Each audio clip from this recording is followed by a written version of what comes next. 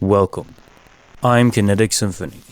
I hunt down and report on mysterious and weird, true stories, from glitches to the paranormal. This is my channel's monthly compendium for the month of January 2022. Case file number 457, written by Blar Blar, Secrets of a Christmas Lost in Time. Okay, so first of all, I just want to say that ever since I moved to Nevada, the weirdest things have been happening, but this is by far one of the most confusing things that's ever happened to me.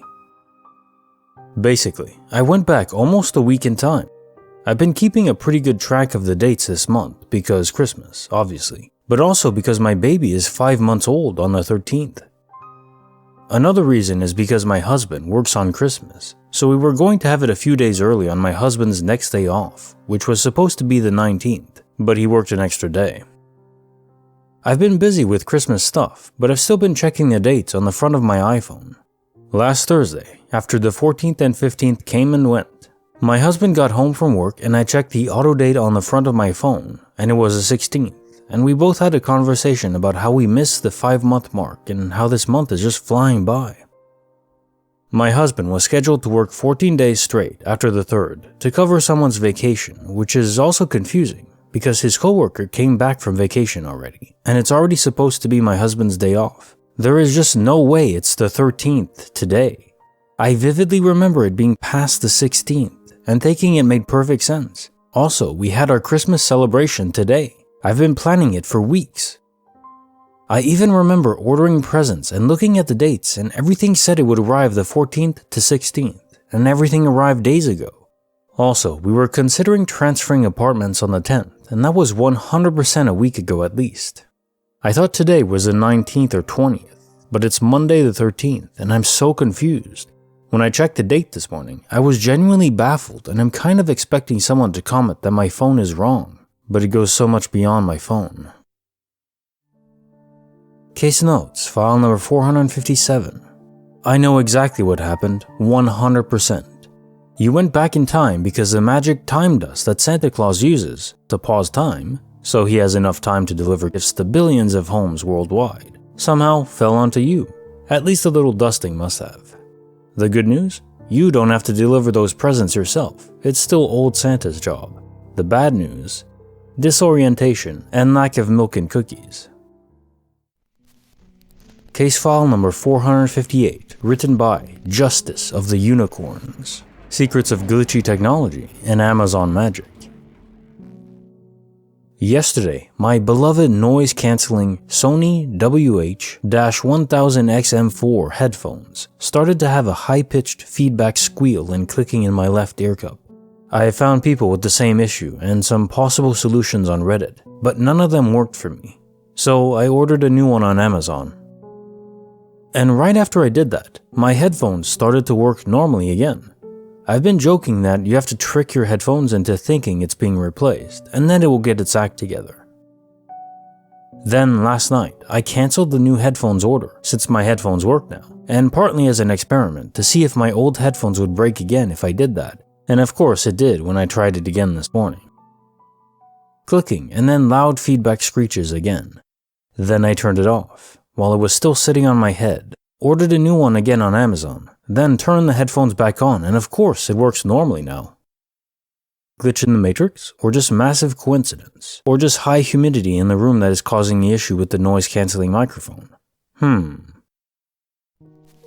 Creepy file, written by Wolf Dream. Mystery of the 17-mile detour. In 2010, I was driving from New Orleans to Eugene, Oregon. It was just me, 24 female, and my 2-year-old pit bull in a 14-foot U-Haul truck with everything I own crammed into the back, a fancy flip phone, and my printout of MapQuest directions. I think the first smartphones actually came out around that time, but I didn't have one. Cell phone service was also much spottier, and there were long stretches through the desert where I had zero service for hundreds of miles. I was driving a lonely stretch of highway through central Texas when I realized I hadn't seen a town or exit for a very long time, and my giant U-Haul was really low on gas. Just when I'm starting to freak out and seriously run out of gas, I see a small town coming up. I pull into this town and it is tiny. I was so worried about other things that I never did pay attention to the name of the town, but there were only about 6 streets in the whole place. I gas up and I'm ready to get back on the road. Except I cannot for the life of me find my way back to the highway. I circle the town about 4 times and start getting so frustrated because this is such a tiny town. How can I not find my way out? I can literally see the highway, but I can't get to it. I returned to the gas station to ask for directions. Now, when I got gas, I paid at the pump and never went in. When I enter for directions, there's a skinny, nondescript guy who has black hair hanging down in front of his eyes that looks like it could use a good wash. He's not particularly creepy, just a little rude. He never really met my eyes. He was looking down at a magazine. He gives me directions that don't sound right at all. He's telling me to take a road that will get me to the highway in about 17 miles. For a moment, I'm dumbfounded. Then I point out that I didn't drive that far to get from the highway into town, so why is it so far to get back to the highway? I can literally see it from the town. He is so casual, almost like I'm just an annoyance and can follow his directions or not. Why should he care? He gives me some explanation about the road curving around that doesn't really make sense. He still doesn't look at me. Just whatever, I gave you your directions, and waved his hand in the direction of the door. When I got into the parking lot, my whole body started trembling violently, and my heart started racing, seemingly for no reason. I got into the truck, and as soon as I put the key into the ignition, I burst into tears.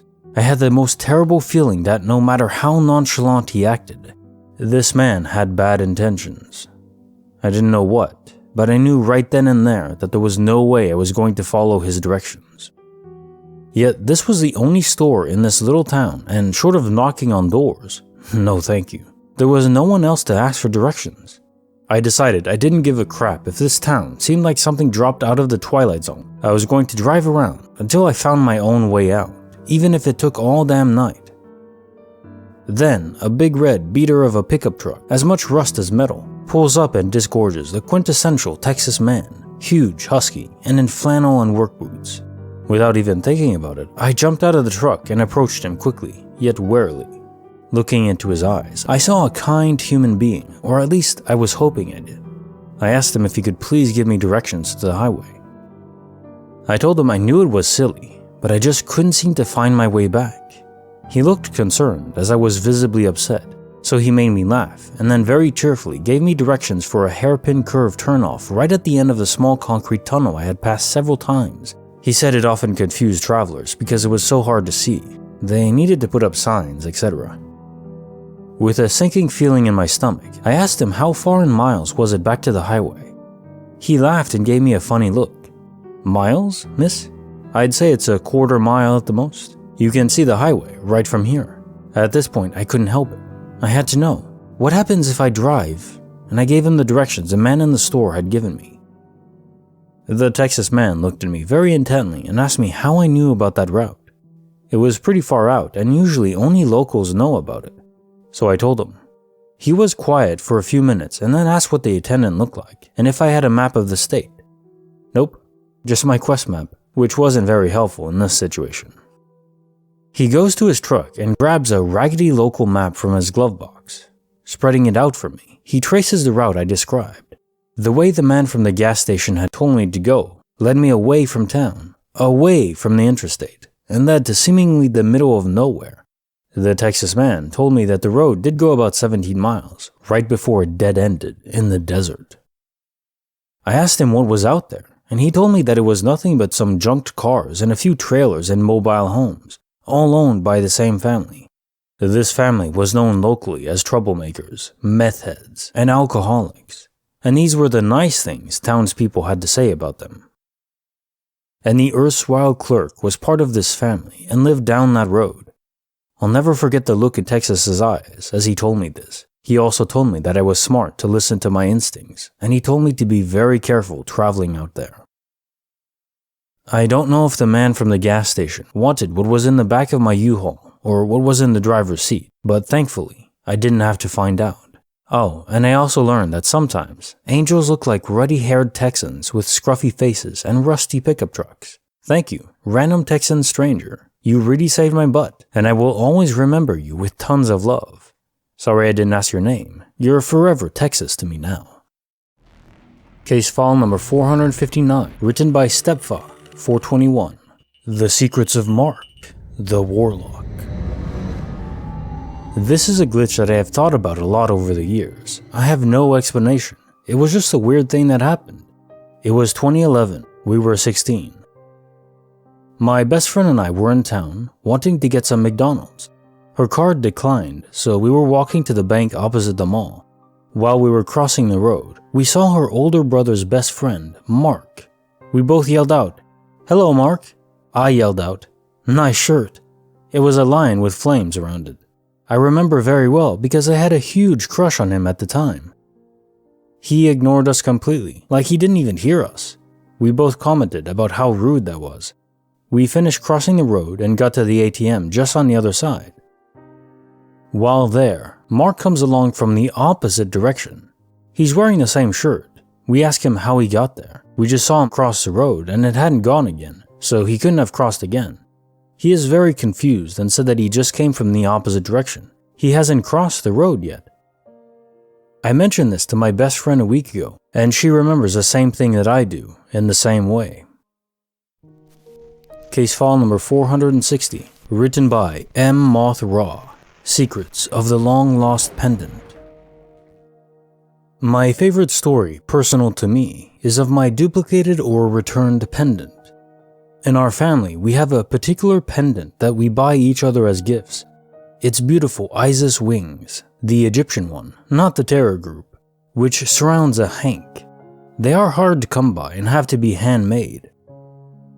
When my daughter was young, she used to pull at the necklace, and one day she must have pulled too hard, and on returning home from dropping her off at the nursery, the necklace was undone and the pendant nowhere to be seen.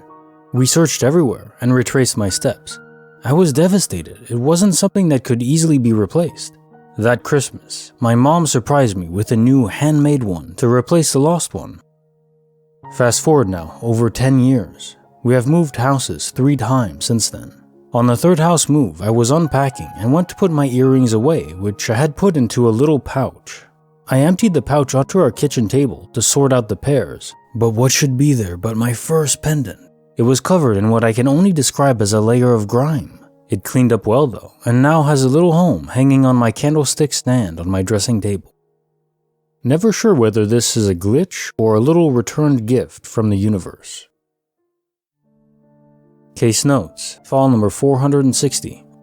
That little detail you mentioned of the pendant being covered in grime is very peculiar. It's not typical for returned items to be different than they were when they were lost. Makes you wonder that wherever they go, if it's more than a simple out-of-phase instance. In your case, it must be, since the item was returned after moving multiple times. It was tethered to you in some fashion, beyond merely reintroducing itself into the material world in the same location it initially vanished, which is typical in DOP.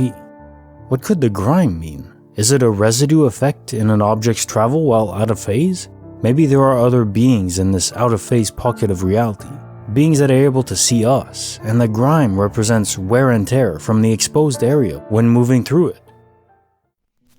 Creepy file number 2, written by Perpetual Connection. The mystery of the hunter becoming the hunted. I'm a hunter. I like to hunt wild boar specifically. Though I have been deer hunting and have been known to get a turkey for Thanksgiving, I mostly hunt boar. For those of you that don't know, boar are a big problem in the United States. A sow can have 2 litters a year, and it's not uncommon for a litter to consist of 10 or more pigs. Given that pigs eat anything and everything, it's not hard to see why the Department of Fish and Wildlife makes it legal to hunt them with almost no restrictions. In my state, it's illegal to hunt most large mammals with night or thermal vision scopes, with the exception of boar and coyote. I'd been saving for a year, mostly fun money. It's hard to explain to your wife that a scope that cost literally twice as much as the rifle I was mounting it on was worth it. But I did it. I managed to convince her. I took it to a range and sighted it in. There was an area that was peppered with boar activity that I knew would be perfect for a night hunt. It was easily accessible with my truck, with easy to find spots that I could set up in, that overlooked a large easy to navigate clearing. The night started uneventful, mostly me tinkering with my new toy, cycling through the settings. I was a little impatient. I'd spotted multiple deer, but they were out of season, and like I mentioned earlier, my current setup wasn't legal for deer. I moved to another spot I'd seen days earlier that probably wasn't much better than my first, but it gave me something to do and a new angle to look around with my new scope. After an hour or so of glassing the area, it dawned on me. This spot doesn't have much animal activity at all. No rabbits or owls. The deer that I'd seen were hundreds of yards from where I was. Why was this pocket of land so dead at night, but lively in the day? I'd set up around 10 p.m. and it was about 2 a.m. now when I started to think about packing up, maybe setting up a target before I left and taking some practice shots.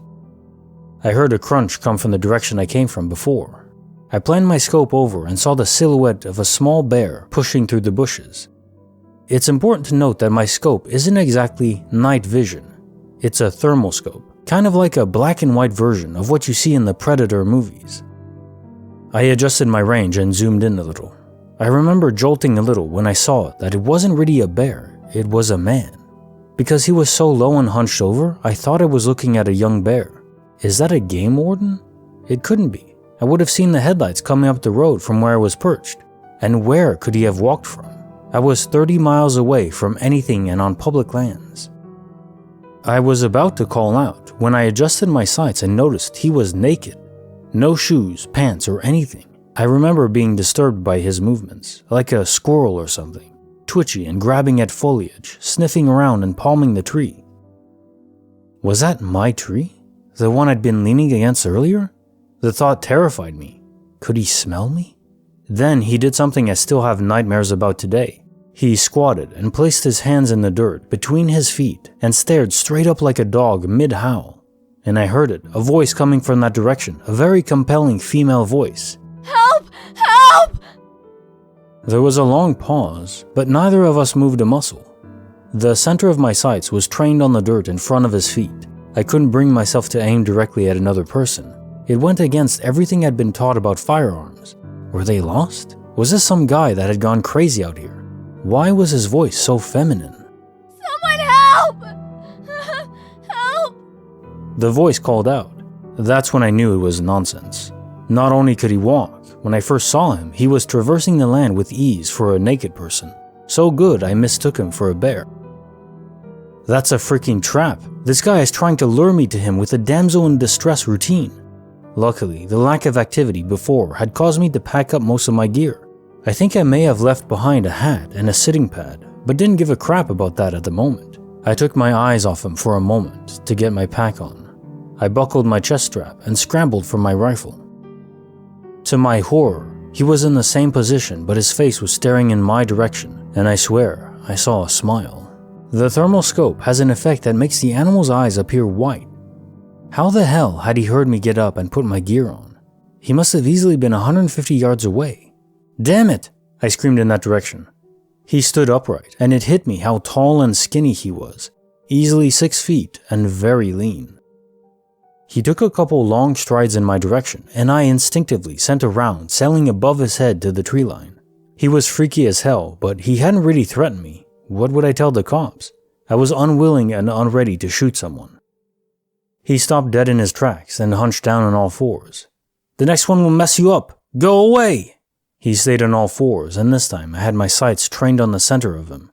His eyes were just above the grass, like a large cat or something.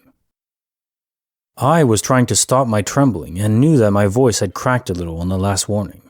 I was terrified. That standoff probably only lasted a minute or two, maybe less, but it felt like forever. In an instant, he bolted left towards the tree line opposite the road. So much for not being able to walk. I could barely keep him in my scope. He was moving so fast. He disappeared into the brush, and I sent another bullet sailing high in his direction. I racked another round and tried to pocket that mag and swap for a fresh one, but I dropped it and didn't bother looking for it. I wasn't far from my truck, and I just wanted to get out of there. I could hear him in the distance, yelling in this weird sound that could have been a laugh or a cry. I scrambled up the trail and arrived at my truck breathless. I tossed my gear into the cab but kept the rifle in the passenger seat and sped off. For the longest time, I told that story from the perspective of having spotted some deranged crackhead living off the land like some kind of caveman. I reported it to Fish and Game, but all they did was scold me for hunting at night alone, never receiving an update. It wasn't until I told this story on a camping trip that my nephew told me about wendigos, rakes, and skinwalkers. My story scared the piss out of him because the spot we were camping was technically the same forest I'd seen the bastard, just 50 miles east of it. He was so spooked his mom, my cousin, had to take him home. She was really pissed. I'd gone down the rabbit hole one of these scary stories. I'm not saying what I saw definitely was a wendigo or a skinwalker. I'm saying that if such a thing exists, I may have dodged quite the bullet that night. Or maybe it was just a tweaker doing a Donnie Thornberry in the middle of the night. Either way, I thought I'd share. Bonus file written by Valor Stick, Secrets of the Boy Who Drowned. I have sisters who are twins. Let's call them Egg and Chicken. Which one was born first? Well, that's irrelevant. Anyways, I spent a lot of time with them as I babysat a lot when my single mom worked, which typically meant I would play PlayStation at home to amuse them. So we had just moved to it was an old house by a creek, house, and the first night I babysat them while it was storming outside, something creepy happened. I was playing Monster Rancher 2 and my sister, Chicken, stared into the room next to us, which happened to be a closed-off porch type entryway to the home. She was around 3-ish. I would have been 13 or 14-ish at the time, but didn't think too much about it as my other sister, Egg, paid it no mind. They were 3. Children are weird. So the next day, while I was outside with my sister, I noticed the creek had risen a lot, which made sense because of all the rain the previous night. While my sister, Chicken, kept clinging to me while we were outside, staring at the little walking bridge that went over the creek. She was normally talkative, but wasn't saying a word, and she eventually wanted me to pick her up, so I did. Egg, in the meantime, was minding her own business, running in circles and humming, which was kind of her morning routine. We did later find out she has autism. I believe Asperger's was the final diagnosis, but they never seemed to settle on it. After Egg finished running around, we went back inside and Chicken finally relaxed a little bit, but she stayed close to me all day. Later that night, it was the usual me playing games with them sitting next to me or on me, and then out of nowhere, Chicken looks into the entryway and just starts screaming bloody freaking murder. She was pointing into the corner of the entry and screaming, crying. She covered her face and tried to crawl away. I still can't describe how I felt to this day. So I called my grandparents, who rushed over, all the while Chicken was freaking out. They finally arrive, and after a while, she calms down. The next day, everything is like the past 24 to 48 hours, like it never happened. She was happy as a clam after, no issues for weeks. And then it rained and stormed again. To save on time, basically the same stuff happened all over and over again. It would storm, she would be weird about the entryway, and then stare at the walking bridge the next day, and then freak out that night staring into the entryway. It didn't take me long to figure out the pattern of the storms causing her freakouts. Most everyone just assumed she was afraid of them, but that didn't explain a lot of the other behaviors. But I don't think they believed me since I was a teen, taking care of 2 kids. Anyways, the creepiest night happened when Egg, who is usually very quiet, hardly talks, spoke up. At this point, we had lived there for 3-ish months, and Chicken was sleeping in my bed at this point because she was always kind of afraid. It was supposed to storm that night, and instead of having me babysit alone, my grandma and great aunt came over to help. They wanted me to do what I usually do, so I played PlayStation. I think I was onto WWE or F SmackDown 2, if curious. When it started to rain and storm, Chicken lost her crap and started freaking out, pointing at the entryway. Which is odd because she usually didn't do that until the day after the storm. While Chicken is screaming bloody murder, Egg, who hardly spoke or could communicate very well, goes, "Oh," and walks into the entryway, points to the corner and goes, "You mean him?" I cannot describe how heavy the room felt in that instant. I think that was the first time in my life I felt dread. I do not know. That moment is crystallized in my head. I'm not sure how long after though, it felt like time froze. I felt like I could see a lightning bolt permanently sticking out of the ground. That smell of O2 during storms was extra pungent. I could see everything for a mile through the darkness that somehow seemed bright as day. Then in one fluid motion, my grandma and aunt got out and went to the porch. One grabbed Egg, the other opened the door and screamed something like, "You're not welcome here anymore. Leave her alone." She doesn't want to play anymore. And then after that, the rest of the night felt like a blur. And then that was it. She never had a problem with storms again. It turned out, some years before we ever lived there, a little boy had drowned in the creek after it had flooded from a bad thunderstorm. My grandma and aunt had done research into the history of the area and found that out. I guess he just wanted to play with someone one last time. Case file number 461, written by Comprehensive B29. The secrets behind the universe's curtains. A few months ago, my twin sister and I, 22 female, were eating dinner in my room while we watched a Netflix show. We had carried our meals to my room using trays because we each had a soup bowl, a plate, and a cup. We couldn't carry all of it in one trip. We don't normally use trays for our food, just this one occasion. After dinner, we're both picking up our plates and bowls and setting them back on the tray to carry downstairs. When the glasses clink against each other on the tray, I get this overwhelming sense of déjà vu, as if I've done this exact action, crouching down, picking up plates, and the glass clinking. It was chilling, almost like a memory. I turned to my sister, and she has this weird look on her face. I told her I just got déjà vu, and she said, "The same thing happened to me when I picked up my tray. I just didn't mention it." We talk about it, a little creeped out, then carry on about our business. As I'm about to walk down the stairs, she stops me and says, "Be careful going down the stairs." And then halfway down the steps, I slip and my tray and plate goes tumbling down the steps. I hurt my tailbone pretty badly. Couldn't sit correctly for like a week. But other than that, I'm fine. I know this doesn't seem super crazy or out of the ordinary, but the fact we both experienced déjà vu at the exact same time was unsettling for both of us. What do you guys think? Case notes, file number 461. There have been quite a few déjà vu glitches in the past month alone, let alone the past year. Am I the only one noticing that they're increasing? And it's not just the stories I'm picking, there are just more everywhere. I'm thinking there's some event coming soon, no idea what. I can feel something in my bones, if that makes sense. Maybe these déjà vus are a sort of sixth sense we're picking up on, extra information, causing the brain to glitch out a bit. Perhaps the developers of this server are feeding us extra info, but they have to be subtle in order to not be fired or disciplined in the real world. Sadly for you, you still fell down even after the warning. Sounds painful. Damn tailbones.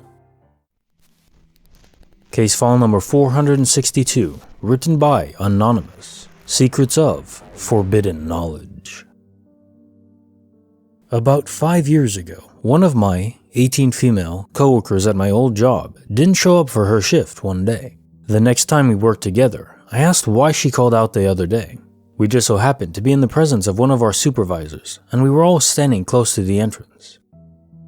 She told us that her house had flooded because her younger brother left the faucet running right before her family went out to dinner. They came back to the house being mildly flooded. Unfortunate, but not too crazy of a story. The next day at work, me, the same coworker, and the same supervisor were standing in the exact same spot as the day prior, close to the entrance, and were talking. I asked my coworker how her house and family were doing. She asked me what I'm talking about and why I would ask that. I said because of her house flooding, of course. She became very visibly upset and bothered and demanded to know how I knew that her house flooded. I became very confused and asked does she not remember telling me literally just yesterday. She insisted that she didn't tell me about her house flooding and demanded to know how I found out this information. I was bewildered and convinced she must be messing with me. She 100% told me and our supervisor about her house flooding. I turned to our supervisor and was like, "Didn't she tell us about her house flooding yesterday?" expecting an obvious yes in response. However, our supervisor said she had no idea that her house flooded. It's the first she's heard about it. I am stunned into almost silence and am incoherently babbling, trying to explain that she definitely did tell us this. My coworker cuts me off and says, "There's absolutely no way you would have known about that. I haven't told anyone about my house flooding aside from our GM, general manager. Not even, insert another coworker's name who is also this coworker's best friend. If I haven't even told her about that, why the hell would I tell you?" She literally looked at me with disgust and stormed off. At that point in time, I'm still convinced that it was some sort of elaborate prank and asked the supervisor who witnessed this whole thing about it again, and she still maintained that she was unaware about her house flooding. If it is a prank, they're keeping to it. This disturbed me greatly, but it's just so weird and insane that I was still convinced they gotta be messing with me or something. So anyway, the next time I worked with that flooded house coworker, I said hello to her and she just glared at me in response and walked off. After that day, it was never the same. We worked together for another 6 months or so, and she continued to avoid me. She was rude to me when we did have to interact and treated me as if I was some stalker creep that was obsessed with her. I swear on my life that she told me about her house flooding. I remember it very vividly, but her reaction to me knowing was so intense, I don't really think she was faking that. My supervisor also maintained that she never actually told us about it. I even talked to her best friend about it, who also said she had not previously known about the house flooding.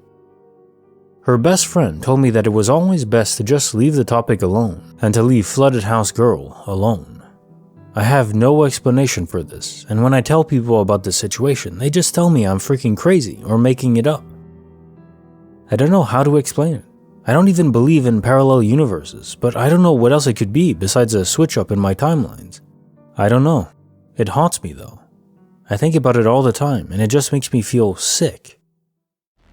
Bonus file, written by Serious About This Crap. Secrets of Saving My Daughter from a Door Monster. This happened several years ago. My daughter was about 8 years old at the time. I was 29, male. I woke up early this morning, 1 or 2 a.m. At first, I didn't think much of it. I peacefully woke up, kinda just looked at the ceiling for a minute, and then turned my head towards the bedroom door. I could see the next light in my daughter's room slowly, softly, change from one color to the next. It lit up the hallway.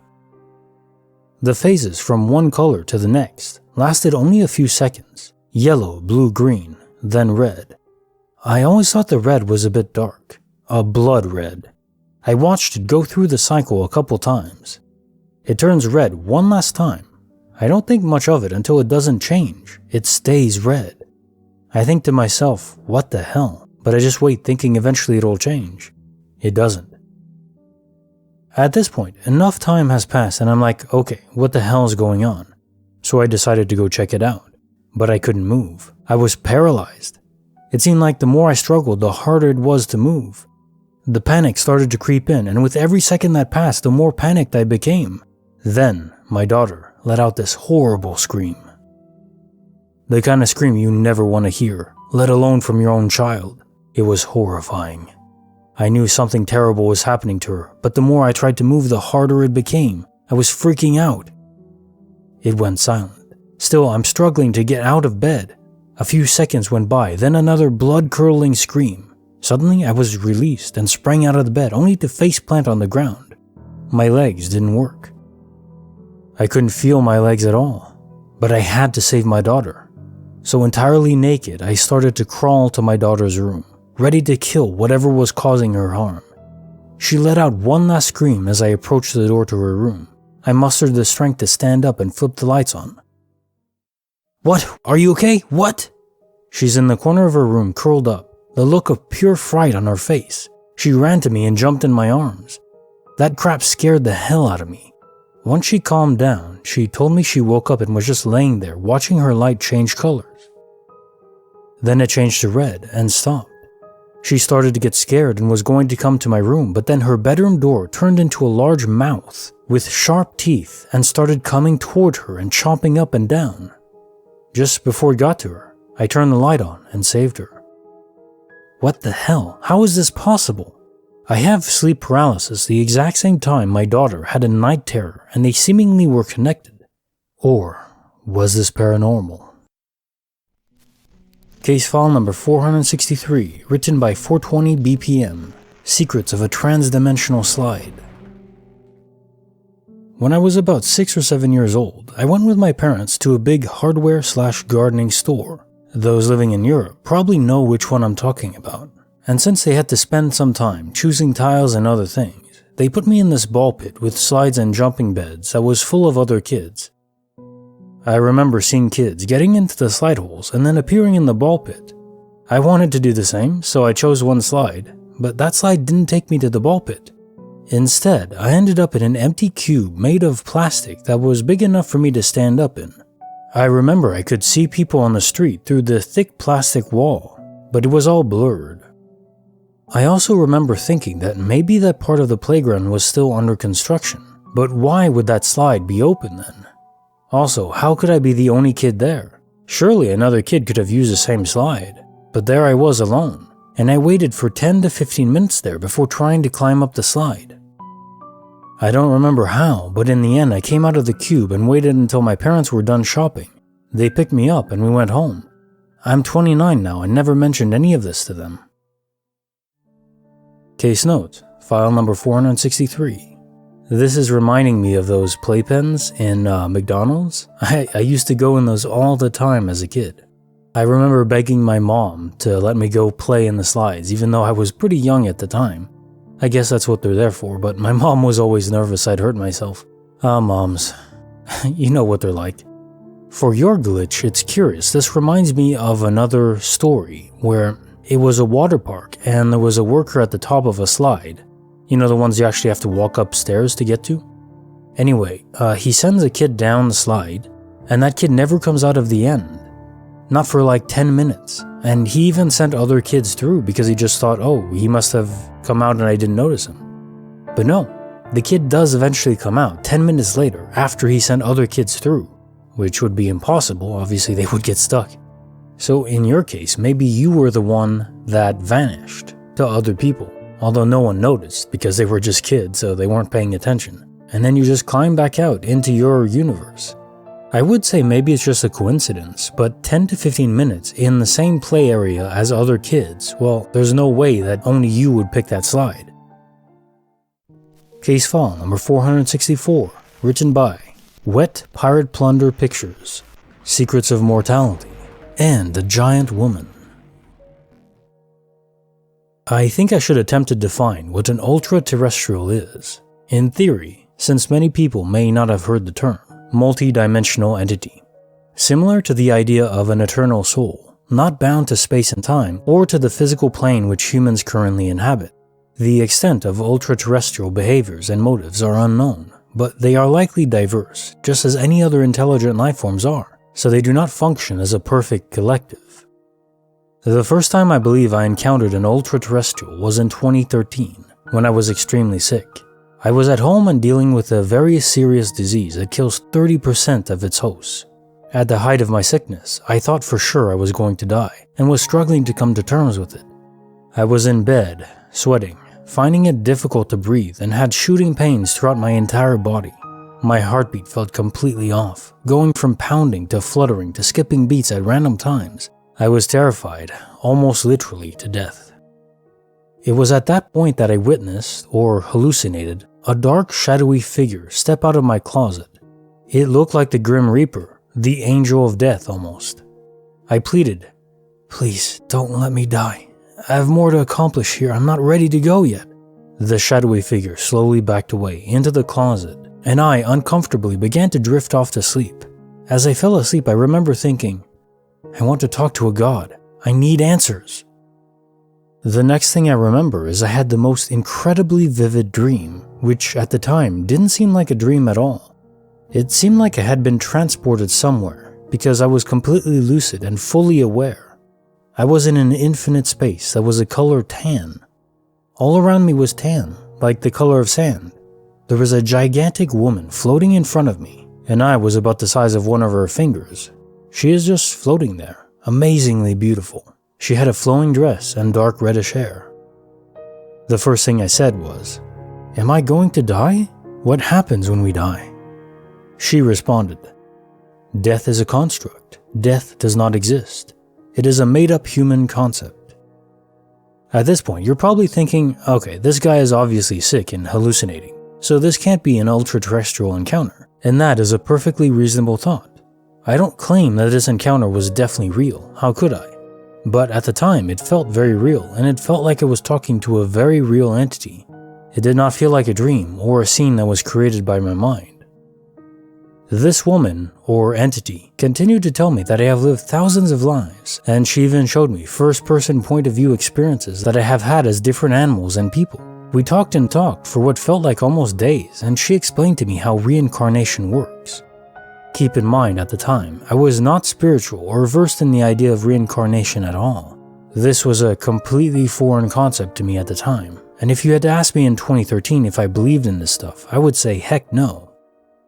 She said that each of our physical lives is double the length of time of the life we had previously, but that time is not what we would think of on Earth, but another form of universal time. So the length of time you spend in your current life may be shorter in years than your past life, but that doesn't mean it's shorter in this universal form of time. She explained that because I am human currently, I will not be able to understand most of these concepts, but that she had presented herself in a human form to explain these details to me.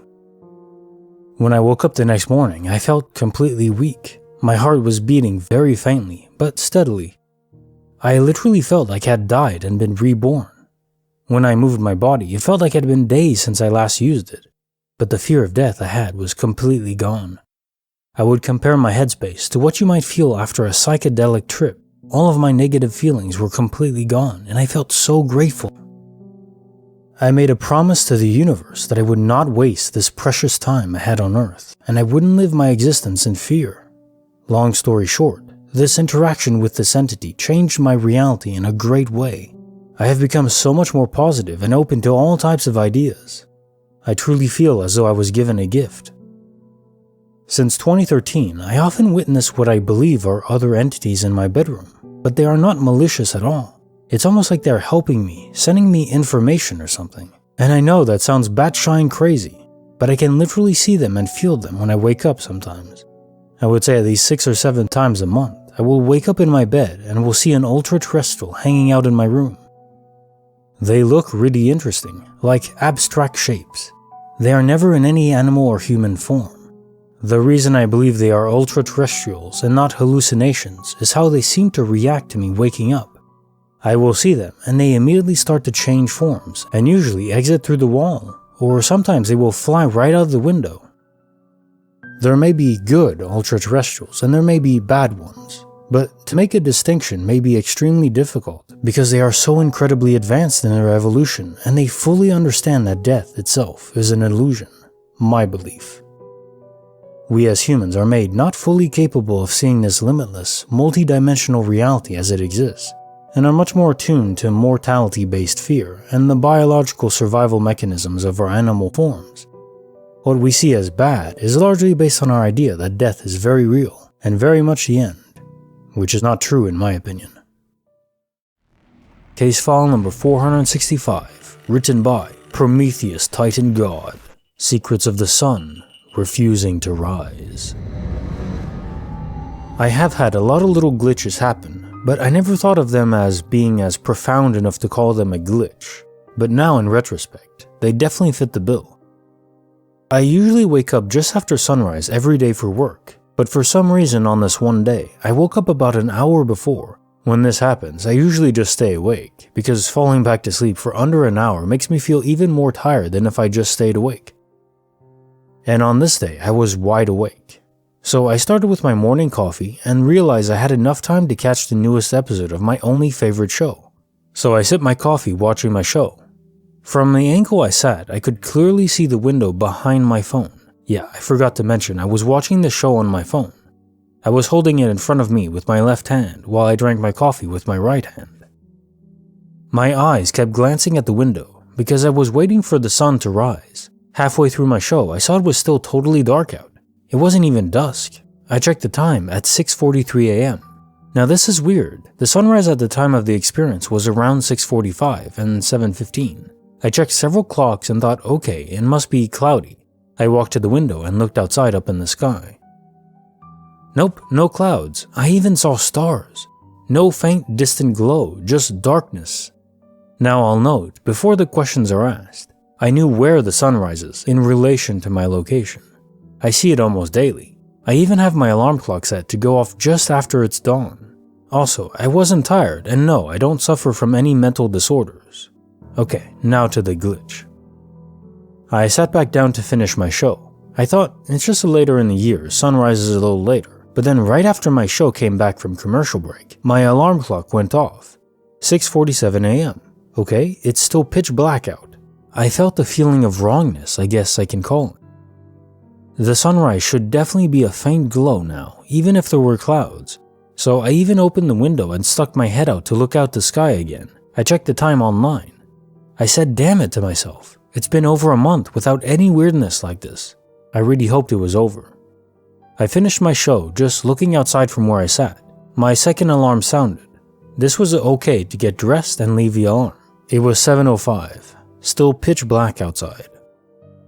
Now something really went off. I looked to see if there was an eclipse or something I wasn't aware of, or a huge storm that I didn't know was coming. I was looking for all reasonable explanations, but then I noticed something. There was a weird burning or burnt smell coming from outside, not like smoky, but like when an electrical fire happened and burnt metallic plastic smelling lingers. There was also a weird mechanical screech or grinding in the far distance. It was also very echoey. I would normally assume it was someone's car making that smell, and the sound was distant construction, but there also wasn't any core or traffic sounds. None of the usual sounds of people going to work, kids going to school. Garbage trucks were absent. There are several major highways nearby, business developments, and car dealers all within range of normal ambient audible noise. I started to get ready for work anyways. I decided to sit back down to really think about what I would do if the sun never rises. Do I go to work or spend time with my loved ones? Because if the sun never rises, it's likely it will be a day within a day or two, max. I was a fan of apocalyptic movies as a kid. But as I got older and actually had people I loved and cared about, I no longer liked the idea of the world ending in some horrific way. As I glared at the news, everything seemed normal in the world, but nothing was normal in the world around me. Then in a blink, as if someone flipped a damn switch, the sun was out bright, rising. The smell was gone. The weird grinding thing was now replaced by people warming up the cars. Dogs barking, garbage trucks. It literally went from pitch black stars out to full morning sunrise. I am very familiar with other people's experiences with glitches. There are only a handful of them I always scoff at. 2 of them are the sudden darkness and sudden daylight ones, and the ones where the world seems to be on pause, void of people and normal things. When this happened, I thought, damn it, I can't laugh at these certain glitches anymore, ever again. Case file number 466, written by Scum Fairy. Secrets of a shout heard through text. This happened yesterday, and I can't stop thinking about it. My boyfriend wasn't home, and I'd put my phone on charge behind the couch, then sat down and started reading. About 10 minutes later, I heard my boyfriend shout, "Baby!" and sat up, startled. He sometimes does this when he comes home to make me aware of his presence before he comes into the room, because I always jump if I don't hear him come in. I sat for a second, because I couldn't hear any movement, then turned around to get off the couch and go see him and what he was doing. As I got up, my phone lit up and it was a text message from him, literally a few seconds after I had just heard him call me. I thought nothing of it until I opened the living room door and he wasn't standing in the hallway. I checked my phone and he'd actually texted me something pretty urgent, and it made me even more freaked out. I'd heard him shout at me so clearly. It felt like in some weird way it was to get my attention from the book, so I turn around and get my phone. Case notes, file number 466. I wonder if what happened here, your subconscious was picking up on the specific frequency that was sent by your boyfriend's text, and then created the auditory hallucination of what your brain figured was urgent. Not quite to the extent of your brain decoding a text message, but enough to at least assume that something was going on that needed your undivided attention. And your phone was far away, out of sight. So your subconscious needed to kick your brain's butt into gear. Bonus file, written by Apprehensive Paint 90. Secrets of a ghost who just wants peace and quiet. When I was pregnant, my father and I stayed at his cousin's house for about a month before we moved into our apartment. It's an old farmhouse in a newly developed area of Warwick, Rhode Island. There are farms and woods in one direction and a small town to the other. We were told when we moved in that the house had been built in the mid-1800s, which to me was super interesting until my kid's father, I'll call him Brian, remarked at how the stairs seemed awfully dark and creepy for the middle of the day, and when I looked, he was right. It gave off such a sinister vibe. We slept in the living room and at night could see through the kitchen, and it was as if the stairs became a dark, uncomfortable void. When we brought this up to Brian's cousin and his wife, they proceeded to laugh and tell us stories of people being pushed down the stairs. I don't think they believed in ghosts, and the husband was an abusive drunk and drug addict, so they had enough problems clearly. That house was chaotic. The husband and wife clearly were having serious issues, emotionally and financially. They had a 6-year-old son who was afraid to sleep upstairs by himself because the shadows scared him. Great. After being in the house alone a couple times and seeing genuine human figures out of the corner of my eye, or even better, black dots on the floor with what looked like long spindly legs running, but when you look at them straight on would disappear. A few times I would see a figure out of the corner of my eye, look and see one of the family members who I hadn't heard come in.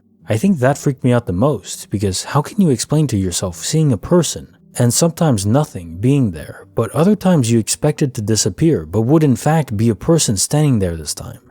So weird. It was like I was being visually gaslit by ghosts. Brian would say how sitting in one chair in the living room, you'd want to look over your shoulder into the doorway, as if someone was coming down a set of stairs that used to be there. This also freaked me out, considering I slept right near the doorway and would often get a feeling of someone coming towards me. One day, me and Brian were the only two in the entire house, facing one another 2 feet away face to face, talking loud as we usually do.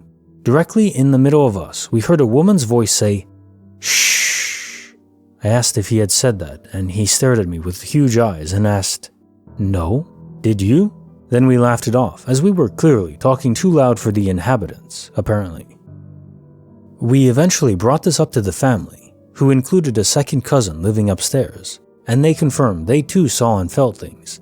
They told us they assumed the black voids that ran on the floor were just one of the dogs, and ignored it if it wasn't. The cousin who lived upstairs said the curtains to his closet often moved like they were being pushed, but he chalked it up to being stoned or tired. There was no breeze.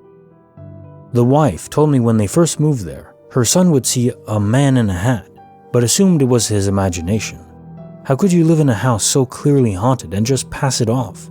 The front of the house at night was avoided by basically everyone, as it was right where it felt like someone was walking by the doorframe at you in the living room. One night, I didn't feel like walking all the way around this huge house to the car, so I walked as fast as I could to the car through the front door. I heard a deep growling coming from the side of the house. They owned 3 dogs, one of which was a bull mastiff. Too freaked out to call for her, I ran in, and to my horror, all 3 dogs were in the house. Needless to say, I didn't use that entrance again. It was such an emotionally depressing house, and maybe me being pregnant, I was just more aware of everything. There were other weird things, but one of the last conversations I had with one of the roommates renting a back bedroom, it was down a long hall at the very end, the only door in the isolated hallway. I told her about me and Brian hearing shh directly in the middle of us. She explained she hears the same exact thing in the hallway if she and her son were getting loud, but was sure it was the owner's young son sneaking into the hallway. I'm not so sure. Case file number 467, written by Esbit11. Secrets of My Dad, Master Illusionist. So this happened a couple days ago. I was sitting in the kitchen, quietly drawing, when I heard the door in the garage open and close. I got up to see if my dad had gotten home, but when I checked, the door was still locked and showed no sign of ever being moved. I was, of course, confused at this, but I chalked it up to the fact that I was alone in a quiet house, so I'm bound to hear something sometimes. A few minutes later, however, I see my dad walk down the hallway. I got up to tell him he scared me with the whole locking the door back thing, and he wasn't in the hall anymore. Again, figuring he had just walked fast to the bathroom, I sat down to continue my drawing. Then, a little bit later, I hear him calling my name from the bathroom. As I got up to see what he wanted, the front door opened and my dad stepped through. When I told him what I saw and heard, we went back to the bathroom only to see that it was empty and again showed no sign of usage. Dad said this has happened to him before on multiple occasions throughout his years. This is the first time for me. Anyone had this happen to you, or is it just my dad and me? Case file number 468, written by Anonymous. Secrets of Houdini, the dog. This just happened 10 minutes ago. I first want to say this happened one other time about 2 months ago, and it left me in disbelief, and I kept trying to reason it, and eventually came to the conclusion that I must not have been paying attention and let my dog in. But this happened now, 100%, I'm sure of it. I've been up for a bit, having coffee and doing my morning routine. I've been up for over an hour or so. I'm not groggy or tired. 2 of my dogs come out to the living room and go to the door to be let outside for a pee. I let them out and go onto my deck and close the door behind me. One dog stays on the deck beside me, and I watch my other dog go around the corner. He was gone for a few minutes, figured he was doing his business, so I just waited. After like 5 minutes, I called him and nothing happened. Call him a couple more times, still nothing. I go and look around the corner and he's not there, so I go look at the other side of the house, not there either. First thought was no freaking way, not again, because I had my eye on him the whole time until he went around the corner and I was waiting for him. So I'm thinking, what? No way he's inside. I sat there for a couple seconds trying to think about it and let it sink in, because I 100% believe in this and I've had weird things happen, but this is the first time I can say without any doubt this was real. If he was inside. I open the door and he's inside, laying on his bed. How did that just happen? I am a sane person with no mental problems and can without a doubt say that this just happened. This is the second time something like this has happened in the last couple of months, and now I think it's the first time it actually did happen and wasn't my mind playing tricks on me.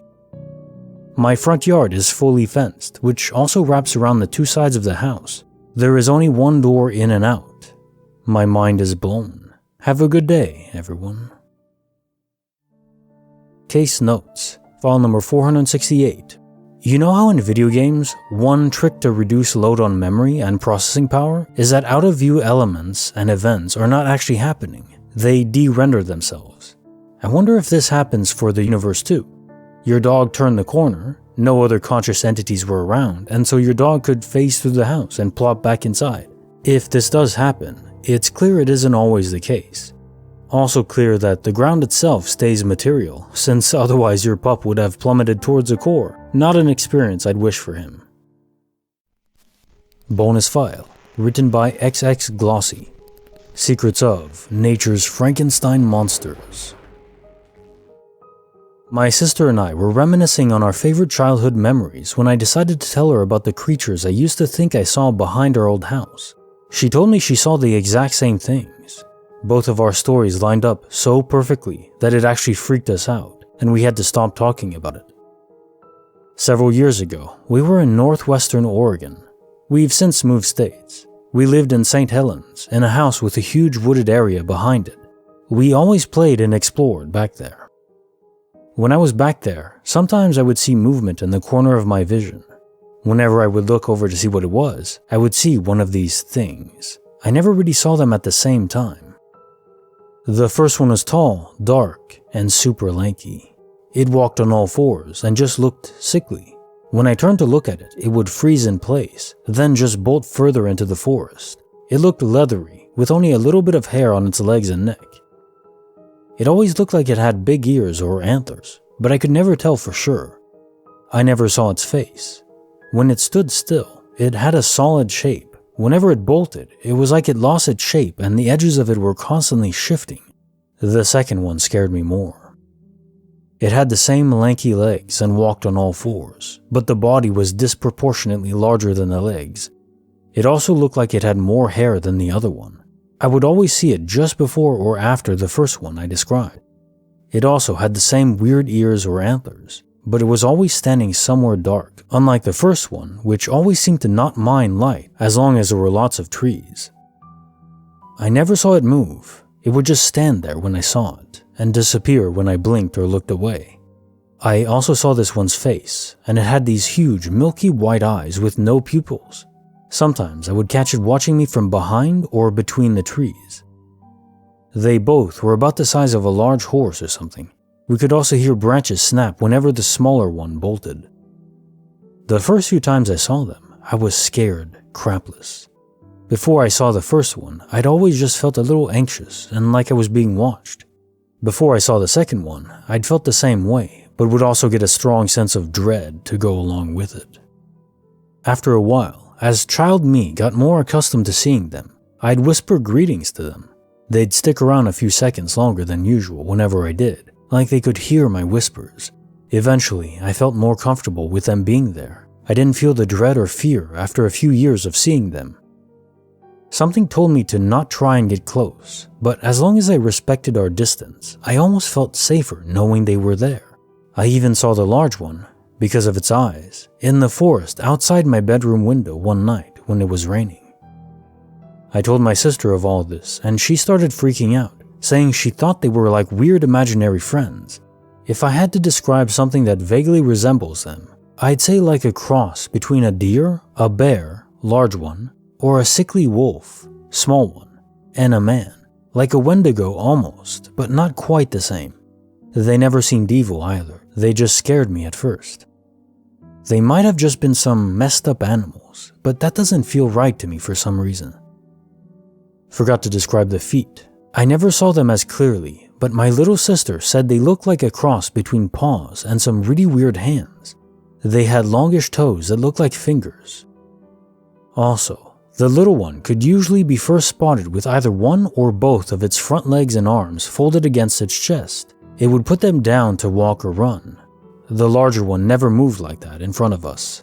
I always had this feeling in my gut that it didn't trust us enough to do so. Between my sister and I, we kind of agreed on the feelings they gave us, though there were some differences. She felt more of a connection to the small one, and I felt more of a connection to the big one. Simple explanation could be that I'm the oldest one and she's the youngest. Not sure what a spiritual explanation would be for that, if there even is one. At first, we were both terrified and would bolt whenever we saw them. I would get this sense of paranoia and later dread. I also felt very protective over the smallest one and respectful of the larger one. It felt like they knew where we were at all times, even if we couldn't see them. As time passed and we grew used to them, the fear and dread went away. It just became awe and silent respect. I also felt safer in the forest, as if we had something watching over us back there. My sister would bring them snacks and leftovers and books, and I built them a lean-to. A homeless dude took that as his home. Police came by to give him a ride to a shelter, and we unfortunately had to take it down. I also remember looking out of my bedroom window on the night while it was raining. Same night I mentioned originally. I'd been having nightmares and was listening to the rain. After my eyes adjusted to the dark, I spotted the big one. I almost missed it, but the eye stood out like a sore thumb. It startled me because I wasn't expecting it, but then I felt super calm and was able to fall back asleep. No more nightmares. Again, they might just be a pair of unidentified/sickly animals, but they still helped me feel safe and in awe and wonder as a child. Shout out to those guys, for real. Case file number 469, written by Prestigious War 6913, Secrets of the 2-Minute Skip. A few years ago, I was with my partner at the time, and we were on the freeway heading home with her at the wheel. We made that commute every single day, and she knew it like the back of her hand, as it was originally her parents' house she grew up in. We were in our early 20s and moved in when they moved to a different state, to the point of getting off on our exit out of habit, even if we needed to get off on a different one further up ahead. We were both just listening to music, and I happened to make note of the time and looked up to see some landmark buildings and the shopping center that appeared right before our exit, which meant we were almost home. I can't explain it, but for a moment it just felt like I spaced out, unprovoked, really bad for what seemed to last only a second, and when I came to, we were a mile past our exit. For some reason, my ex and I both turned and looked at each other, immediately in disbelief. We both experienced it at the same time, and we were extremely confused as to why we were a mile past our exit when we were literally approaching the off-ramp. I'm talking like not even a half-mile away. Then I said, "We just missed our exit, but how does that make any sense? We were right there." And she said something along the lines of, "I know, I was getting ready to get into the off-ramp lane. What the hell just happened?" I looked at the clock again and it was still the same time. Usually it takes 2 minutes to get to the following exit, so it's not like we both managed to space out and miss the exit to the point of approaching the next one. Time-wise, it should have been at least 2 minutes past what I saw right before our exit, but it was the same. We couldn't get over it the whole night. We talked for hours about what could have happened, but ultimately settled on a glitch. To this day, I remember that moment vividly. Very strange. Case notes, file number 469. Time is fickle. We know this. It's woven with space itself, inseparable. You both skipped ahead in space, and yet time remained fixed, which would imply some form of teleportation, or your speed was very near infinite for a very short amount of time. The latter poses more fundamental issues. A sudden increase in velocity of that magnitude would have produced g-forces sufficient to squish you both into pudding, so I don't think it's that one. And yes, of course, I want to say this was aliens, though the time anomaly in this case is very short. Perhaps it's not aliens. He also didn't report any anomalies with the car itself, especially as our vehicles are modernized with onboard circuitry, computer systems. Any EM interference can cause them to short out or behave erratically, which alien ships seem to always produce. And you also reported feeling off and spaced out for a brief moment before this happened. Could there have been some sort of spontaneous tear in the space-time around your vehicle, and you crossed through it, effectively folding you through a small amount of the universe, emerging 2 miles ahead or so in what amounts to the blink of an eye? Your subconscious felt this effect just before it triggered. The only issue with this, at least as we understand it now, wormholes are just theoretical. Einstein-Rosen bridges are called. They shouldn't be stable enough for matter to travel through, they'd be absolutely tiny. They can also create time paradoxes as well. I'm actually reminded of an old classic movie, Donnie Darko. If you enjoy trippy sci-fi fused into a compelling puzzle, definitely check it out. Case file number 470, written by Prometheus Titan God. Secrets of a house that converges the multiverse. For the past 3 years, I have been renovating my master bedroom. Okay, renovating isn't accurate. Gutting the room down to the studs, replacing the ceiling, floor, windows, electric, everything. I'm still not done because I started it right before the pandemic and all the curfews and so on. I'm also doing it completely alone on a super tight budget. To top it all off, I'm a perfectionist with some things, and I'm 50 with back issues. So yeah, I bit off more than I could chew. It doesn't help that I'm lucky to get a few hours a month to work on it. Okay, to the glitch. My sister also lives in the same house. Money is tight, so splitting the bills makes life a bit easier. She works the night shift at a big box store. I work a day shift somewhere else. So we only see each other in passing, so it all works out. I often need to work on the room when she is supposed to sleep. Another reason it's taking so long. But she's okay with it once a week. I'll often hear her snoring in her room, which is on the south wall of my room, or her walking around talking to herself, or the television in the living room, which is attached to the north wall of my room. So depending upon where I'll hear her, I'll try to work on the opposite side of the room just to be nice. The thing that freaked me out was as I sat to take a break in the middle of the room, I could hear her clearly snoring in her room. I then, at the same time, clearly heard her walking around and talking to herself as she was watching TV in the living room. I thought it was someone else here. As soon as I open my room door that enters the living room, the TV and talking take breaks. The snoring doesn't. No, she isn't sleepwalking. She has a bad knee. She in no way could run like the Flash, and no one else was there. It gets weirder. It's not an isolated incident. It happens regularly since I started remodeling. I know people think ghosts are ghosts. This is the house I was raised in. Me and my sister got it when my parents retired and moved to an adult community. I never had a ghost experience, not even when my father did contrition on the house back in the day. But I did hear things that can be classified as paranormal. As a kid, I regularly heard what sounded like someone in the kitchen doing kitchen stuff, like opening drawers and cooking at all hours of the night. There never was anyone there. Nothing was ever moved or out of place. My mother also admitted after a few years she heard it as well, thinking it was me or my sister until she got up a few times to yell at us, only to find the kitchen empty and us sleeping. The other thing I heard regularly was the sound of distant machinery and people talking like they were at the far end of a factory or a warehouse. I heard it so many times I can tell you details, like it's always 2 to 3 male voices. They aren't intense, I can't understand what they're saying, but exactly like I am in the back corner of a warehouse just hearing normal ambient noise and going-ons. The machinery I hear is about like a conveyor belt or something like that.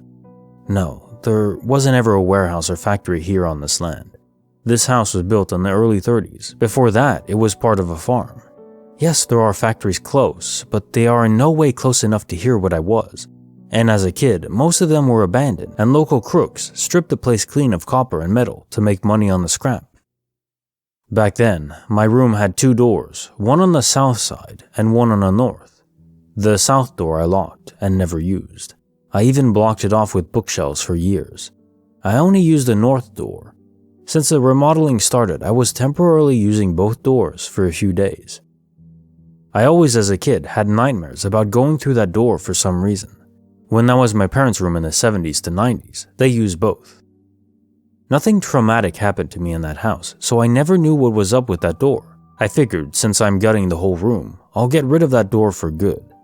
I overdid it a little and sealed it off using expensive extra-long decking screws, pressure-treated 2x4s, industrial-strength decking adhesive. It's the strongest thing in my entire house now. I made it into a bookshelf that actually looks good on the wall. But now I can still hear things thrown at it. I don't know how I forgot to mention, but I also use special ridged soundproofing insulation while sealing it off. That room is almost airtight now. I went so overboard with insulating reinforcement and so on, it's like a freaking space station. I shouldn't be able to hear anything like what I can. But what tipped me over into the Twilight Zone? In that short time, I was using both doors every time I heard my sister in the 2 places at the same time again. Where she actually ended up being when I checked, depended on what door I used. If I used a door on the same wall her room was on, she would be in the living room, and the snoring stopped instantly. If I used a door that opened into the living room, the sound of her talking to the TV would instantly stop, and she would be in her room, snoring. Now, I know some people think I imagined it, but here's the kicker. I went on FaceTime with a friend who lives in another state. He said it sounds like your sister is snoring. I said, yeah, maybe. I put the phone on the door. He could hear it. I said, you want to see something freaking weird? I walked over to the other door and put my phone up to it. He said, wait, how is your sister watching TV and sleeping in a different room? I laughed, holding the camera facing the door to the living room, where you can clearly hear the TV and my sister talking. I opened the door super fast. Poof, silent, empty living room. I walk outside my room, around to her room, and she's loudly snoring. I then told him the whole story. He asked me what happens if you go back in your room and go out the other door. I paused and said I didn't know because I never tried going out one door then running into the room and going out the other door. I closed my door and my sister apparently woke up, went into the living room and started watching TV. The snoring didn't start up for the rest of that day. I thought deeply about what would happen if I tried that, and my sister instantly changed places. That made me go so overboard with sealing off that door. Now, I really need to say I don't believe in ghosts, but I do think there are thin spots in our universe. I have come to the conclusion that my house sits on one of them. The warehouse sounds could be an actual real place in reality where my town was zoned differently, and the abandoned warehouses a block over were built where my house is. The sounds in the kitchen could actually have been one of us doing normal things one does in a kitchen, except in another universe. My house is a glitched place. Oddly makes sense to me. Perhaps that's why I experience so many glitches regularly. I was raised within a glitchy place. Or maybe I am the glitch, and the fact I grew up in that house has affected it. No, I don't think I'm Neo, but I know there seems to be a force at play that insists on my life going in a direction that I don't want it to go. The more I fight it, the harder it pushes back. It seems like whatever it is doesn't want me to do the remodeling and really didn't like me messing with that door. To answer a few questions, yes, I have carbon monoxide detectors. Batteries are tested regularly. We have it without even having a heating or air conditioner system that would put off carbon monoxide. I also tested for toxins like mold, lead, asbestos, and radon. As I hinted towards in the post, I tend to go really overboard with projects. Also, no one in my family history has any mental illness.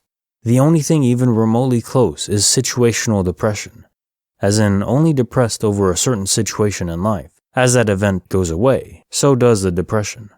I am not on any kind of mind-altering drugs. I don't smoke or drink alcohol anymore. It's been like 3 years since I had a beer. I just don't have time for that nonsense. Case file number 471, written by Anonymous. Secrets of a Magician's Power. I've always felt spiritual, if that makes sense, and I'm always told I'm weird or ethereal. Anyway, 2021 has been crazy for me in terms of synchronicities. Maybe because I'm looking for them these days, I don't know. Now something really stood out, and I want your opinion as to what the hell happened. I'm 35 and I've worked as a nanny since 2007. Between 2008 and 2009, I would babysit these two brothers, who were around 10 at the time. In 2010, they were old enough to babysit themselves, so I stopped working there and we lost touch almost immediately. I wouldn't visit them or see them ever. Fast forward to a few weeks ago, and I get this phone call from an unknown number, but no one is talking. Sounds like a pocket call. Anyway, I'm curious, so I put the number in my phone and checked their WhatsApp picture. Lo and behold, it's the oldest of the two boys I babysat. I recognize him, even though now he's in his early 20s. I tried to find an explanation for this, but couldn't, so freaked out and blocked his number. I feel it's important to mention he is dressed as a magician in his picture. Yesterday, I finally decided to unblock and message him. I asked him if he knew who I was, and he said he didn't. My WhatsApp photo isn't of me, it's a picture of one of my favorite musicians. I told him I got a call from him a few weeks back and recognized him on his photo. Eventually, I told him who I was, and he said he remembers me but swears he doesn't know how this happened and doesn't recall calling me. Says my number isn't in his contacts. We are both super freaked out. To be clear, I've only had this number since 2018. Last time I saw him was 2010. I never gave it to anyone he knows. We don't know anyone in common. And by the way, he's a magician. That's his chosen career. I think it's important to mention that we didn't have a close bond back then when I worked there. In fact, his brother was my favorite. I can't explain how this could have happened. Any theories? Case file number 472, written by Far Association 2607. Secrets of Cinnamon Oil with a Will of Its Own. This glitch gets weirder by the minute. Last month, I purchased a 2-pack of Wilton cinnamon oil in order to make Christmas candy. I was especially looking forward to it because as a child, I ate anise hard candy every Christmas, but I wanted to have cinnamon oil as a backup in case nobody liked the anise. This year, I had enough time off that I thought I would tackle the project since I have not tasted either in many years.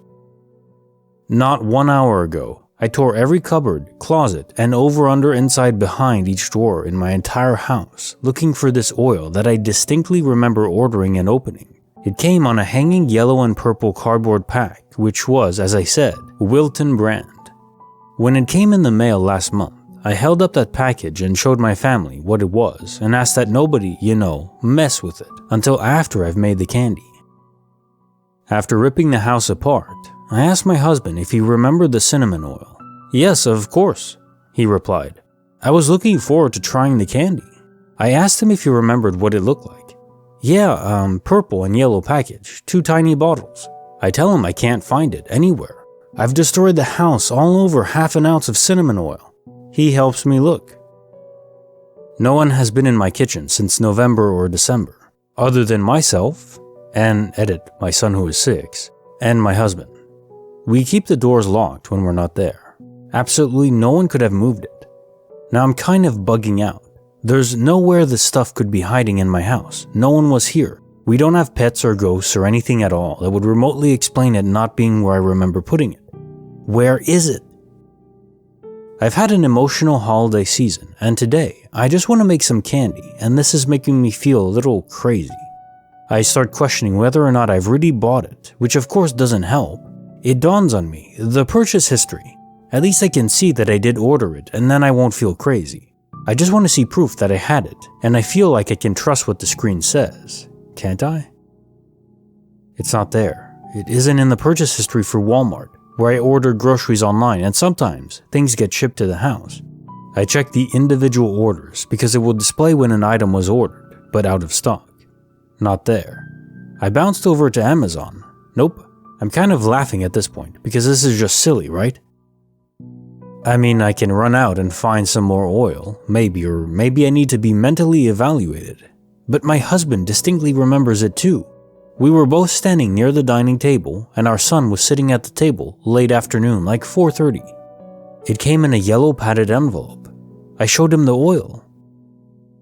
I put it back into the envelope and put the envelope in the cupboard where I keep all my flavorings and baking supplies. We went out for tacos.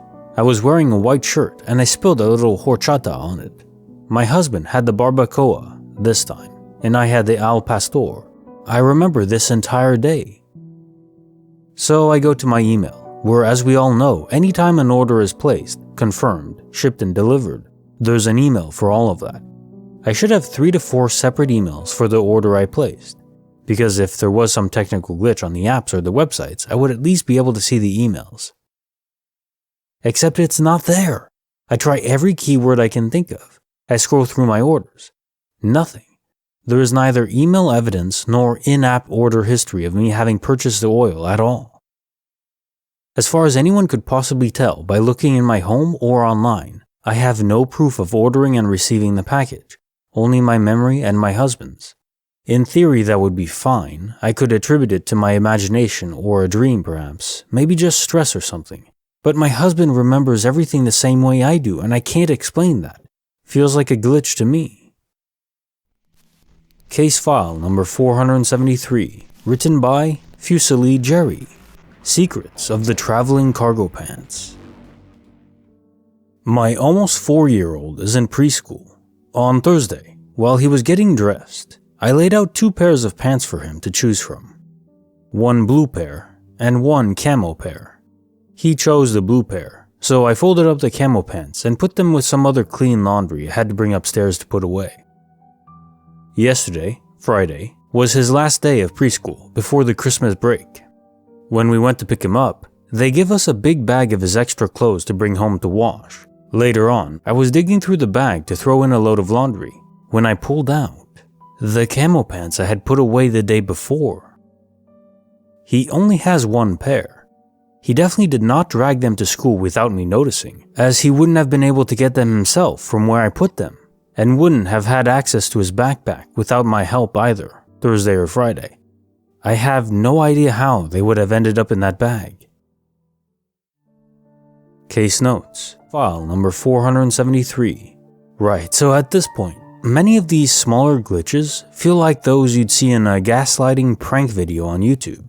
I don't mean that in the sense that they're fake, not at all. I'll put it this way. If I was given the levers of power over all creation, I wouldn't go full Sauron corrupted on all of you, no. But, and a big but, I would definitely go full Loki trickster. Everyone would get mind-screwing pranks done on them at least once or twice a day, guaranteed. Small pranks, maybe medium size. Like I change the laws of gravity in a small area around the toilet bowl so your pee would fly up.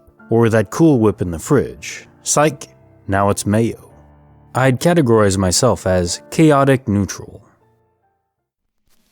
Bonus file, written by Independent Pause 716. Secrets of the Slender Man. I haven't really spoken to anyone about this other than my boyfriend and his brother. His brother gave off the impression he thought I was crazy and laughed it off, so I have not said anything to anyone since. It's been driving me crazy ever since I saw it. This happened in March 2021. Where I live in England, there's a lot of countryside.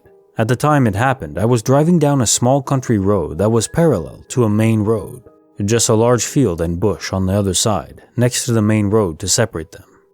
I was talking to my boyfriend, and I noticed this very tall, human-like figure at the side of the road. It was extremely skinny, like it was skin on bones and nothing else. Didn't appear to have clothes on, pale skin. It looked really unhealthy. I didn't really see its face, but from the quick glance I got, it looked like it had indistinguishable facial features, like it was blurred on a Photoshop app. It crossed the road onto the field in front of me extremely quickly, and then disappeared into an open field. I slowed right down and looked back into the field. It was mid-evening, so it was getting kinda dark, but enough that you could still see. There was nothing it could have hid behind. The grass was too short to hide in, and there was no way any human would have ran the entire length of that field to the bush on the other side in such a short amount of time. Whatever it was just vanished into thin air. My boyfriend told me to stop the car, but was terrified, and everything in me told me to continue driving, so I never stopped to check it out. Not sure whether that was a mistake or not. I don't know why it's terrified me so much. I can't stop thinking about it, and it's driving me crazy. I'm searching for an explanation. I know it may be unlikely, but has anyone else seen something like this? If so, any idea what it was? My only explanation is something paranormal. If it were human, how did it just vanish like that, or run into the bush that quickly? Case file number 474, written by IC Obligation. Secrets of Time, An Angry Doctor, and Yellow Pants. Years ago, I was working nights as a phlebotomist, person who draws your blood, in a hospital. There was this doctor who was notorious for ordering recurrent tests incorrectly.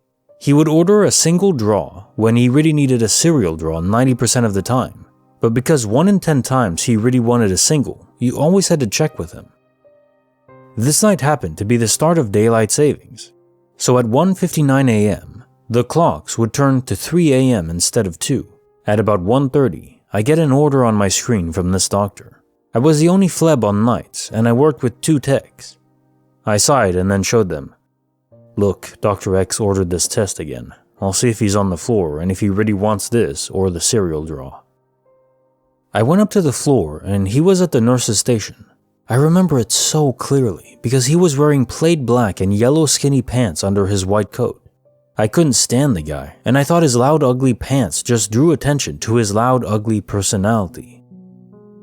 I walked up to him and said, "Hey, I just got this order for XYZ patient. Did you mean to order the 3 serial draws?"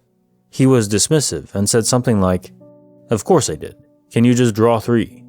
I, of course, cannot poke a patient 3 different times without orders, so I asked him if he could reorder it, and I'd go back to the lab to print out the stickers and come right back and do the first draw. I drew a couple of patients quickly, knowing he'd take a few minutes to get the order in, rode the elevator back to the lab and checked my computer. It was 1:58, and the orders were there, so I printed them out and stuck my specimens in the centrifuge while they printed. I pulled the labels off the printer and looked closely and realized he had ordered the single draw again. I pulled up the order code, wrote it down for him, and went back to the floor to just ask him to order this exactly. When I got to the floor, he was standing exactly where he was when I had come up the first time, wearing plain black pants. I assumed some bodily fluid had forced him to change, and I knew he was going to be really annoyed when I asked him to reorder the labs. By now, it had definitely passed 1:59, so the clocks were reading 3 something. I asked him if he could reorder the test. He was totally pleasant and not at all frustrated that I was asking him again. I asked him if room 2008 had thrown up on him or something, and if that's why he had changed. He then seemed offended and was like, "What are you talking about?" I was like, "Sorry to offend. When I came up earlier, you had on yellow pants, so I assumed something happened." He scoffed at me and said, "I've been wearing these all night. I don't own yellow pants. You must be confused." I'm thinking he's being weird and should just admit he got puked on, but whatever. And go back to the lab, print the orders, and finally draw the patient. I stopped to talk to one of the nurses for a moment on my way back down, and she says something like, "I saw you talking to Dr. X. He's being weird tonight, right?" And she seemed kind of shaken. I said, "Yeah, he was wearing those hideous pants and then tried to pretend he wasn't." She told me he walked into a room on one side of the wing, wearing the yellow pants right before the time change, and then walked out seconds later from the other side of the wing, wearing black. I was weirded out and went back down to the lab, where the techs asked me where the samples were for the patients I had drawn after first asking Dr. X to reorder them. I opened the centrifuge I had left him in, and they weren't in there. The order showed that the labels had never been printed, and when I apologetically went to redraw the patients, they had no idea who I was and didn't have cotton and tape on their arm from when I'd drawn them earlier. I still have absolutely no explanation for this. It appears that everything between first receiving the incorrect order and returning to ask him to reorder for the second time never happened. The text didn't remember me showing them that he had ordered incorrectly the first time, or anything. The only reason I didn't check into a psychiatric facility was a nurse who corroborated my story. We hardly knew each other at the time, but we trauma bonded over the experience and have talked about it so many times. The weirdest part to me is that it coincided with daylight savings starting. That is completely a societal construct. Nothing actually physically happens when we move the clock, so what the heck? I still get the chills when I think or talk about it. And because people always ask the question why I was so tuned to the clocks and know exactly when things happened, I was a worker whose shift was an hour shorter that night. We all kind of watch the clock and do a mini celebration when it changes. Case file number 475, written by Gormless Schnitzel. Secrets of my little baby walking towards the light. When my son was about 2 years old, I saw him walk into a light on a baby monitor. It was late. I had been up late playing the first Destiny. We had this baby monitor we had gotten from the second-hand store. It had video and two-way audio with night vision as well. Well, I was starting to wrap up my game and go to bed, so I decided to check on him before going to sleep. I looked at the baby monitor and I froze. It looked like there was an extremely bright light coming through his window. Now, our bedrooms were right next to each other. It was a double-wide trailer with an add-on for a living room. Our room was the old living room we had converted into the master bed. His bedroom was right next to the kitchen. So if you walked out of our room and took a right along the wall, you would end up in the kitchen and the door to his bedroom. The window where the light was coming through was on the same side as our windows. No visible light from outside I could see. Lived down in a valley in the country. Pitch black outside. Still frozen from the shock of it all, I look back at the monitor and he's walking up to the window. I saw him pull the curtain aside, and at that point, I finally got myself to move. I took the monitor with me and watched till about midway between our room and his door. Light was still there, and he was looking through the window. My soul has left my body at this point. I finally get to his room. This all happened in a matter of seconds. Burst open the door, noticing no light coming out from under the door, and see him sleeping peacefully in his little toddler bed. I looked down at the baby monitor only to see the same image I see before me. I just stood there for about 20 minutes, shaking, and I'm sure all the blood drained from my face. I didn't sleep well for about a week after that. If anybody has ever experienced something similar, please let me know, because I still feel crazy to this day. Case file number 476, written by Messer11. Secrets of my earrings rejuvenating themselves. About a year ago, I bought some ear cuff earrings, the non-piercing kind. I didn't have any piercings at the time, so I wore these pretty regularly. I bought 4 of them. The first is a hoop style with 3 leaves wrapping around it, and the others were a set of 3 simple ear cuff hoops with a single leaf dangling. 1 in silver, 1 gold, and 1 black. I loved the 3-leaf one the most, and wore that one most of the time. So much so that I accidentally bent it too many times and cracked it along the center bend. I also broke one of the leaves off. I still wore it all the time regardless. Fast forward to when I got my helix pierced a couple months ago. I would wear my ear cuff to help keep the piercing in place. Around the time cold weather started to hit here, I started wearing a fluffy beanie hat. Well, one day while in the car with my kids and boyfriend, I went to take my hat off and it snagged on my ear cuff and my piercing. Hurt like hell, and I flailed to make sure my piercing was okay still. My cuff had fallen off and was on the floor. I put it back on once we got to the store. By the time we were done shopping, I went to touch my piercing and my cuff wasn't there again. I looked everywhere I could think of, but determined I lost it in the store. I was devastated. Here we are, weeks later, and I'm searching for my chapstick in my nightstand. I dumped everything out of the drawer to search for it, and my 3-leaf ear cuff came tumbling out onto the floor. At first I was ecstatic, and then I realized it had all 3 leaves still. I brought it to my boyfriend and asked if he had any explanation for it, and he just asked if I could have bought another one and just forgot about it. I know I didn't, but I still checked. There was just the original 4 in my purchase history. So then I thought that perhaps he got me a new one and was just playing it off. But I went to put it on and it cracked down the middle of the bend in it, just like my original one was, in the exact same spot. But it still had all 3 leaves on it.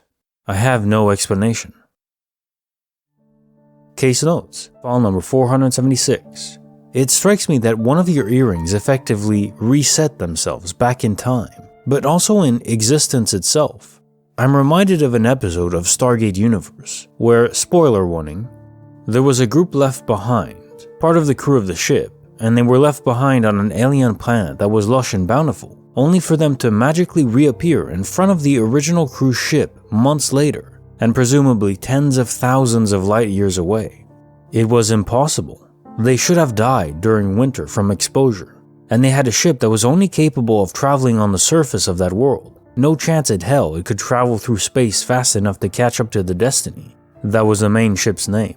But as both crews eventually find out, they did die on that planet.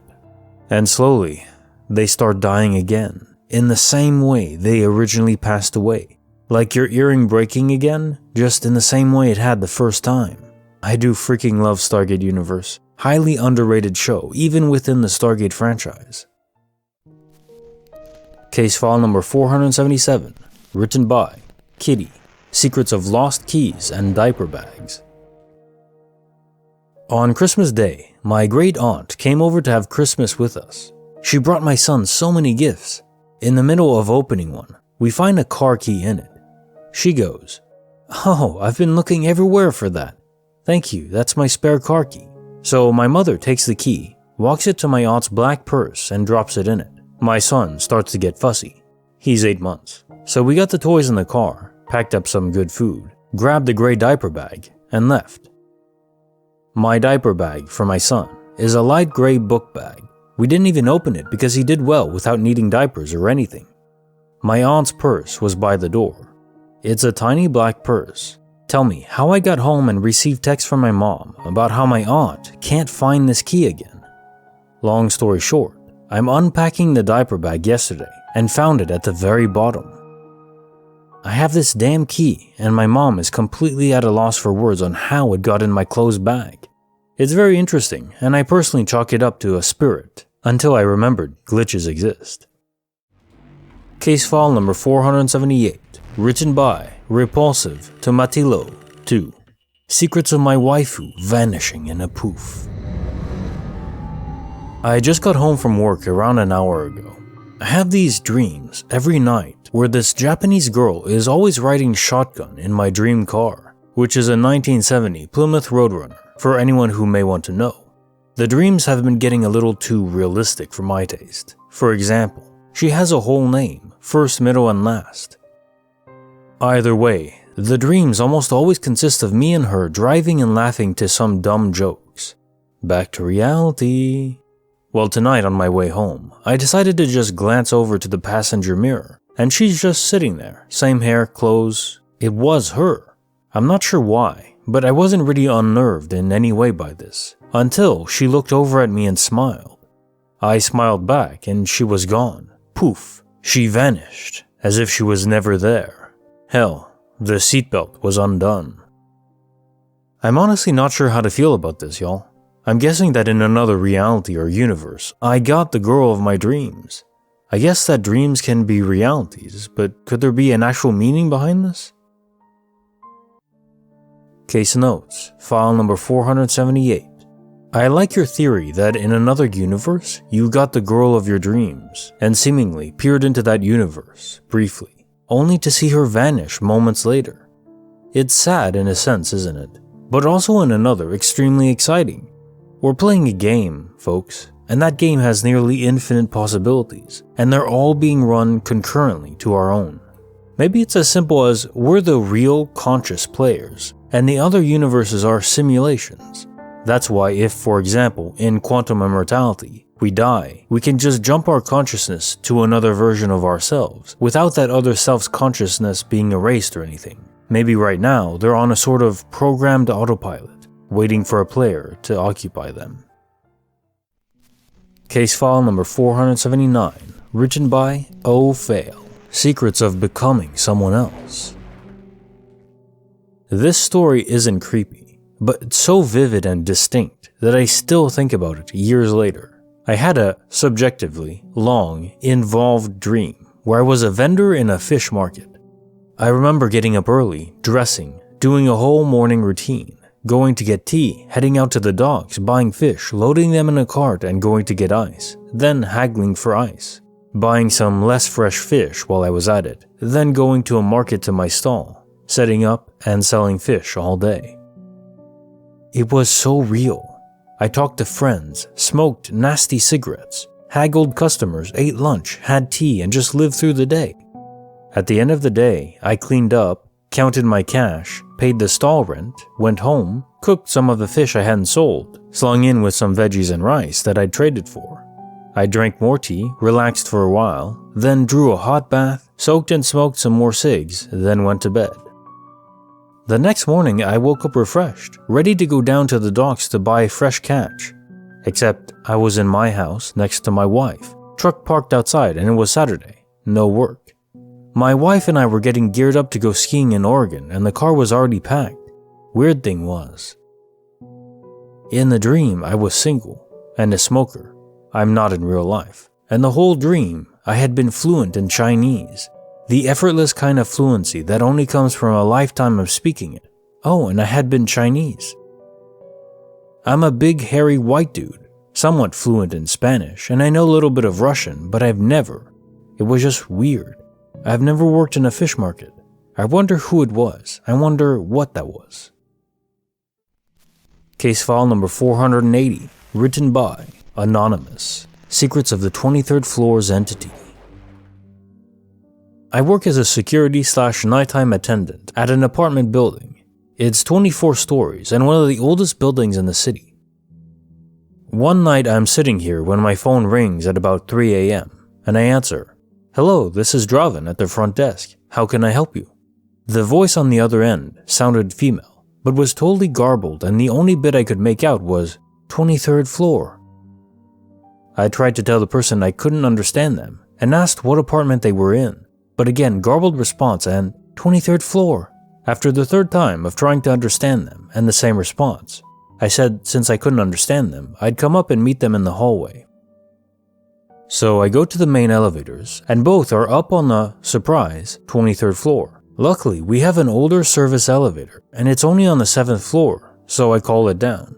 I get it and hit the button for the 23rd floor, but it won't move and the inner door won't close. So I go to unlock the reset panel and boom, we start going up.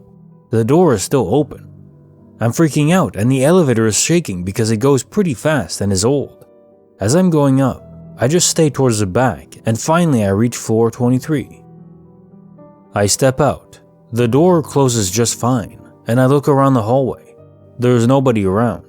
I walk along slowly, trying to listen for anyone awake who might have called, but there's nothing. So now I head the opposite direction and go towards where the regular elevators are, and when I get to them, they are just sitting there with their doors open.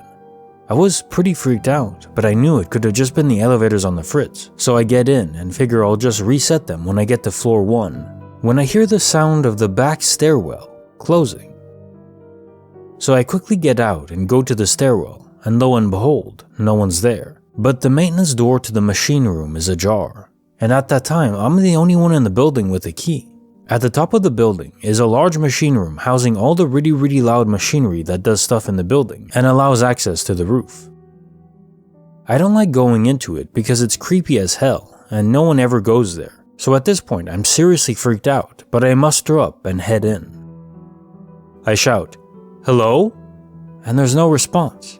The lights in this room flicker because they're crappy fluorescent, so I can't see well either. But at the end of the room, I can make out the roof access door, and sure as hell, it's slightly open. So I slowly continue forward, checking the space in between each machine as I walk by, and there's no one there. So I open the roof access door, I can't see anyone ahead of me on the roof, but there is a slight wraparound. And if there was a jumper or something, I needed to be sure, so I step out and leave the door ajar like it was. Almost immediately, the door is pulled shut. Now I might have written it off as wind or something, but this door is hard as hell to shut, and really hard to open too. Really hard. I immediately grab the handle and hank it open, slam it behind me and run straight for the maintenance door. It automatically locks when it's closed, so I slam it shut too and go back to the 23rd floor hallway, get into the elevator, doors are still open, and go all the way down to the first floor. I go back to the main lobby, and as soon as I sit down, the phone rings. I pick it up, don't say a word, and sure as hell, the same voice from earlier, garbled, again only audibly saying, 23rd floor. I hung up the phone, turned the ringer off, and spent the rest of the evening just staring at the parking garage security monitor. There's been a bunch of creepy things happening at this building. It's basically like the Overlook Hotel at night. I walked past the dark room here on the first floor once and swore I saw myself standing inside it. The next night, as I'm inside said room cleaning, the lights flip off and I turn around to see a quick flash of myself walking past. Case file number 481, written by Notoriously Nobody. Secrets of Fluid Time. This morning was a normal morning. Woke up at 7, showered, made coffee and breakfast, got dressed and left for work at 8. My Ring video has me on camera leaving at 8 a.m. I sat in my car, started a podcast that's just over 1.5 hours long, and began my drive to work that takes at least an hour with zero traffic. I began to panic about the amount of traffic this morning because it was taking a long time to get to work. Then something really wild happened. My podcast ended. I'd listened to the entire episode. Horrified, I looked at my clock and it read 8:27. What? How? It's only been 27 minutes. My car clock had to be wrong. I scrambled to check my cell phone. It said the same thing. I pulled over in a full-blown panic. I checked my Ring camera to see if I'd left early. Nope, 8 a.m. I couldn't make any sense of it at all. I pulled my podcast player up and made sure the episode was 87 minutes long. What the hell? So I started the next episode and continued my drive to work. Finally got there and parked. It's only 8:54. That's the fastest I've ever gotten to work, with some of the heaviest traffic I've ever seen. So much so that while pulled over, I logged into my time clock system and sent a warning to management that I may be late due to traffic. Now I'm a half hour early. I have no idea what just happened. Bonus file, written by Sonora, Secrets of The Screaming Demon Right in My Face. A few years ago, I worked in this restaurant that was newly renovated. It was a Chinese restaurant before, but it closed because the man who had owned it before had died in the office, I think. There were 3 of us in the kitchen this one particular day, 2 of us on the cook line and 1 on the dishwasher. If you have ever been in a restaurant kitchen, then you know all the background noise there is. What with the dishwasher, the big stove and grill fans, and the large refrigerator and freezers you can always hear. Well, all of a sudden, it just goes dead quiet. At first, I thought it was just me, but the other 2 also looked up, confused. I was the first one to walk off the cook line and check the refrigerators and freezers and the hood fans to make sure they were all still on, and they were. But back in the main cook line and dishwashing area, it was dead silent. We all kind of just stood there for a couple minutes, absolutely bewildered. After a couple minutes, the sound slowly started to fade back. Suddenly, I didn't feel so good. I started having tunnel vision and felt nauseous. My boss, who was with us in the kitchen that day, told me to go outside for a while until I felt better. While I was outside, I saw her rush into the office and then I heard her make a phone call. She called someone and told them she was letting us go early, and then she asked them to bring her some sage, an abalone shell, a feather, and some kind of oil. It turns out that she felt something walk through her. Damn it. I was standing right behind her, inches away. I left and drove as freaking fast as I could to get as far away as possible from there. I swear, I barely slept that night, but every time I closed my eyes and started to drift off, I got a picture of a screaming demon thing right in my face. Case file number 482, written by Frequent Series 2892. Secrets of those evil, petrifying eyes. So here's my story. I always thought that I believed in these kinds of things, but now that it's happened to me, I'm trying my hardest to rationalize what I saw. Unfortunately, I can't. I just want to start off by saying I am 37 years old and I have never experienced anything like this in my life and hope to never experience it again. This happened 3 days ago. It was 11:30 at night and I was taking my dog out to go to the bathroom. My boyfriend and I live on about 4 acres of land. We have an overgrown field in the distance. It's somewhat near the house, but not super close. I was carrying one of those spotlight flashlights. It's so powerful that you can see the beam shoot through the night sky. My dog and I were getting close to the field, so I decided to scan it with the flashlight. What I saw next petrified me. I saw this creature walking through the field. It had a human-shaped head, but the eyes were nothing like I had ever seen. They were so big that it took up a majority of its face. They glowed in a way I've never seen before. It was a piercing glow. I know that flashlights can create a certain type of reflective glow, but this was different. It was almost like the light was shooting out of its eyes. I live in a wooded area, so I have come into contact with many animals at night. This was not the eyes of any animal I'd ever seen before. It's weird because I don't recall seeing a mouth, but that could be because I was so fixated on its abnormally large eyes that I wasn't paying attention to its lower face. Its eyes had this shocked but evil look to them. That expression really stood out to me because it was so eerie. Now let's get to the body. It was somewhat human-shaped, but it had abnormally long extremities. Even though the overgrown field covered some of its body, I could still tell the shape of it. The arms were too long for its body. I checked out how tall the overgrown grass was the next day, and I estimate that the creature was about 6 feet tall. Also, the way it walked terrified me. It was facing me and walking sideways while staring at me. I have to admit that I got so scared I lowered the flashlight to the ground, but then I got enough nerve to raise it back up after a few seconds. It had made its way down the field a little bit more, but it was still walking sideways and staring at me with those terrifying eyes. Needless to say, I took my dog inside after that and had a mini freakout. I've done a lot of research online and I cannot figure out what that thing was. I just know it wasn't an animal or a human, and I hope I never see it again. Case notes, file number 482. Well, they say that eyes are the gateways to our souls. I don't see why this wouldn't apply just the same way to animals, or monsters. We all get a quick sense of a person from seeing their eyes. Or hell, maybe what you saw was a human-alien hybrid. Given he was walking upright and tall, I wouldn't be surprised if that's what it was. Also, honestly, to me, the most bone-chilling aspect of this story is how you describe it walking sideways and still staring at you. There's a deliberate, conscious cunning to that description. I'm glad you got out okay. Case file number 483, written by Couple Technical 6795, Secrets of Shaw Air Force Base's Unknown Visitor. This happened in Shaw Air Force Base in 2005. My now ex-husband was an E6 and he worked nights on the F-16. I would be home overnight with our 2 sons, aged 5 and 2.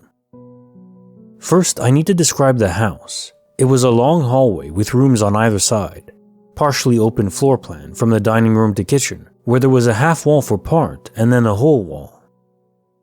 From my bedroom door, I could see to the back door, straight through the dining room, and part of the kitchen. We had a large rack by the back door where we stored dry goods. Military housing never has enough storage space in my opinion.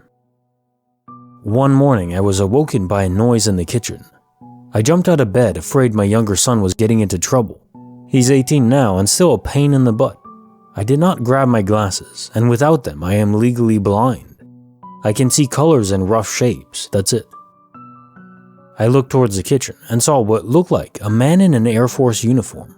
Again, I can barely see, so I'm going off color and shape. The figure is holding a box and facing the rack. Of course, I assume this is my husband and I say, "Hey, you want me to cook you something?" The figure moves so that it is facing me. The box drops to the floor and the figure moves to the part of the kitchen I can't see. So my ex-husband was very unpredictable and emotionally volatile. So my assumption right here is that he's mad at me for something, again, and I'm gonna need to deal with his attitude. I turn back to my night table and get my glasses. Then I walk to the kitchen. This entire action takes maybe 30 seconds. It is a small house. I'm talking as I walk to the kitchen. Did something happen at work? You know, to diffuse the situation. No response. I turn into the kitchen and there's no one there. It would not have been possible for anyone to get out of the back door without me hearing it, because the door squeaked. Again, this was only 30 seconds, tops. I walk and glance through to the living room, which is also empty. Then I look at the time on the microwave, 6:17. My husband didn't get home until 8. Also, a box of Annie's mac and cheese was on the floor in front of the rack. This happened 16 years ago, and I still try to sort it out in my head. I do not believe in ghosts. I can say we had a few other uncomfortable incidents in that house. There were 2 bathrooms, a full one and then a small ensuite to the master bedroom, which was our older son's room. He had toys and stuff. We didn't need the space. He refused to use the ensuite. He said it was creepy. One time I was taking a shower in there. Can't remember why I wasn't using the normal bath, and I saw movement outside the curtain. I glanced out and I swear I saw a man in a uniform looking through the window, then dropping real quick. I screamed for my husband and he ran outside, and there were no footprints or anything. I ran a daycare out of our house, and occasionally we would hear stuff moving around in the daycare area, especially at night. That stopped after we got a dog, so I can't rule out South Carolinian giant water bugs playing with the pretend kitchen. I don't believe in ghosts or the paranormal, but I know what I saw and heard. I was wide awake by the time I was in the doorway and saw him, which rules out hypnagogia. I don't know what I experienced. I am okay without knowing. I thought this would be of interest for others though. I've not shared this story before. Bonus file, written by Weird Person, 1670. Secrets of the freezing hand on my neck. My grandfather died in May 2020. At my house, my mother, who wasn't a fan of my grandfather, said that he was better off dead. Grandfather had anger issues. All of a sudden, a mug came flying out of the kitchen and shattered on the wall. Everyone was in the living room. I don't know how. That's not the only thing that happened. I went to my basement to turn off the dryer since the laundry was in the basement. My basement is always freezing no matter what time of year it is. I felt a freezing hand on the back of my neck. My uncle died in June 2012 and was a prankster. I whipped around, looking behind me. Nothing. I was going to the stairs and out of the corner of my eye, I saw a guy in a bloody military uniform. It was my uncle. He died being shot multiple times while serving in the military. I know I'm not crazy. I think this is paranormal. It's scary, but I got used to it. I have a lot of paranormal experiences. I don't know what to do when I have these experiences. Bonus file, written by Gobo Beats. Secrets of an old lady vanishing with her entire car. I've been hesitating posting this for quite some time because it really makes no sense to me. It is absolutely a mind-screwing event and it feels absolutely unbelievable no matter how many times I replay it in my head. In 2017, one of my good friends lived in Portland, Oregon. He was offered a new job in Long Island, New York, and he took it. He asked me to fly out so I could go on a road trip with him across the country so he wouldn't be alone.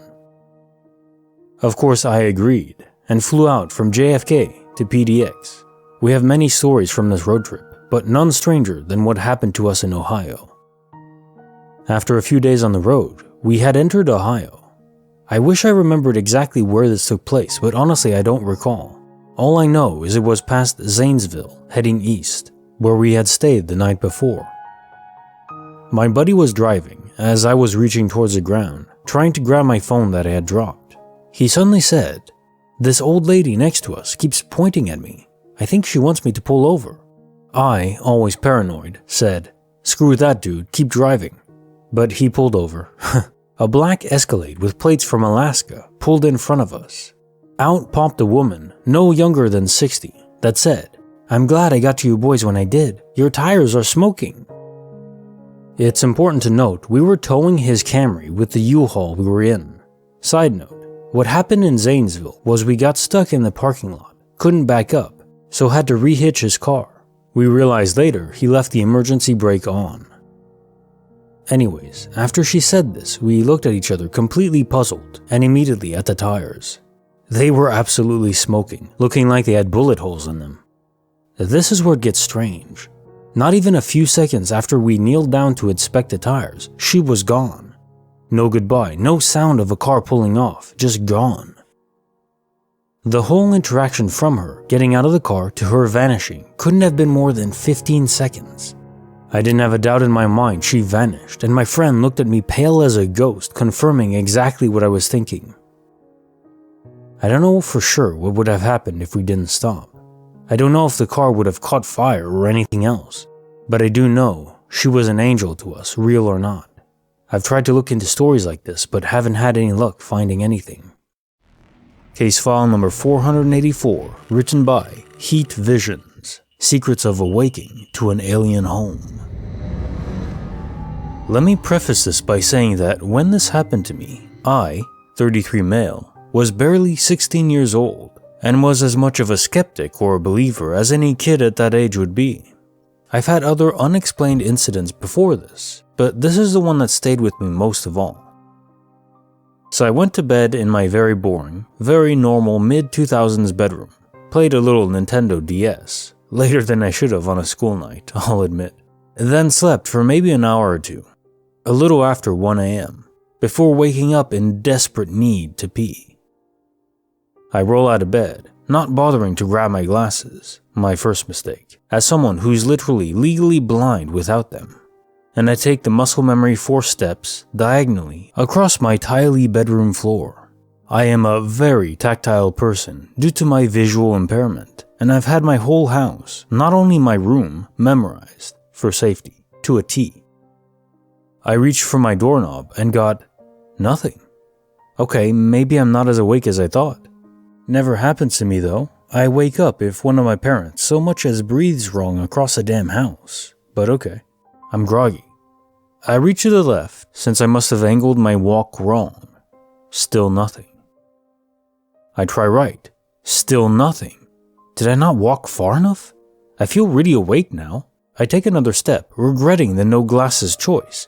I can barely make out shapes in the daytime, and darkness is a blanket over my eyes. I can't see my door, my bed, my own hands in front of me. I can't see. Where is my door? I take another step, 2, 3, 4. I flail my arms forward, silently pleading, please, my door. And I swear I can see the nightlight in the hallway. That's there so I won't eat carpet on my way to the toilet. Thanks, Mom. But no matter where I reach, how far I go, I can't get close enough. My memory gets hazy here. After maybe 2 straight minutes of aimless walking towards a hazy outline of light around a door. But my last thought from that, between space-time, is knowing and feeling that I was not at home. Then I'm in the hallway and I sleep on the couch for the rest of the night.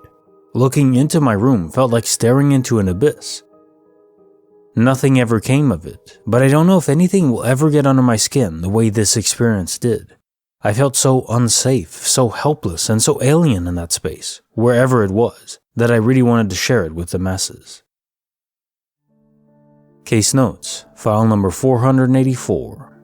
This ranks easily in the top 2 most terrifying glitches in my view, even more than anomalous entities, because you begin to doubt your own mind, and I can't imagine anything more frightening, especially when you actually realize it's happening, not like Alzheimer's where you may not even realize you're going crazy, but in this case you're conscious that things aren't right or as they should be. Imagine waking up one day, the world is entirely different, but everyone else acts as if it's normal. Like you wake up one morning and Biden isn't president. No, for some reason, Bob from down the street is president now. And everyone acts like it's normal. How could you possibly move on? To everyone else, you're the crazy one, and the worst feeling of it all is, how can you know you're not actually crazy? Anything that messes with my brain is a hard no from me. Case file number 485, written by Alex 0305 1111. Secrets of the Traveling Phone. Okay, so this morning, I got up early and went downstairs for coffee before the rest of the household woke up. It was cold, so I turned up the thermostat to make the central heating kick in. I noticed the clock said 11:11. It wasn't actually that time, as the batteries died a few weeks ago, and I never reset the thermostat clock when I replaced the batteries. I laughed and took a photo to send to my sister, as we only spoke about the fact I keep seeing 11:11 constantly at the moment. A little while later, I went upstairs to wake my children, and as I was cuddling my younger son, he asked me what time it was. I reached over for my phone, and it was actually 11:11 for real that time. I took a screenshot to send to my sister, then organized my kids' clothes, etc., and set the bath running for them to get washed and dressed. I noticed their clothes needed to be ironed, so I gathered them up and made my way to the landing, but stopped, remembering I hadn't sent the screenshot to my sister yet. I searched all the bedrooms and the bathroom and couldn't find my phone. It wasn't anywhere upstairs, so I made my way downstairs. My phone was on the kitchen counter, even though I'd not been back downstairs at any point. I thought I was imagining things, but both of my children confirmed I definitely hadn't been downstairs, so how the hell did it get there? Bonus file, written by Water is Freaking Wet, Secrets of the Grinder Demon. So yeah, this story is 100% real, and I haven't told anyone because it terrifies me to this day. I'm going to be very honest with this. I was on Grindr trying to get my jollies going. This is in Astoria, Queens, in New York City. I go to meet this guy to have fun with, and when I get to the door, I message the person, "I'm here." Then I receive a message, "I'm here at the door," but they don't open it. This is really strange to me. I'm standing, waiting for the person to open the door, and they never do. I'm kinda creeped out at this point because I feel like I sense a presence standing and looking at me through the door. I leave after feeling very uncomfortable, and then the person responds to me. They said they are demons. Like, what the hell? It kind of freaks me out.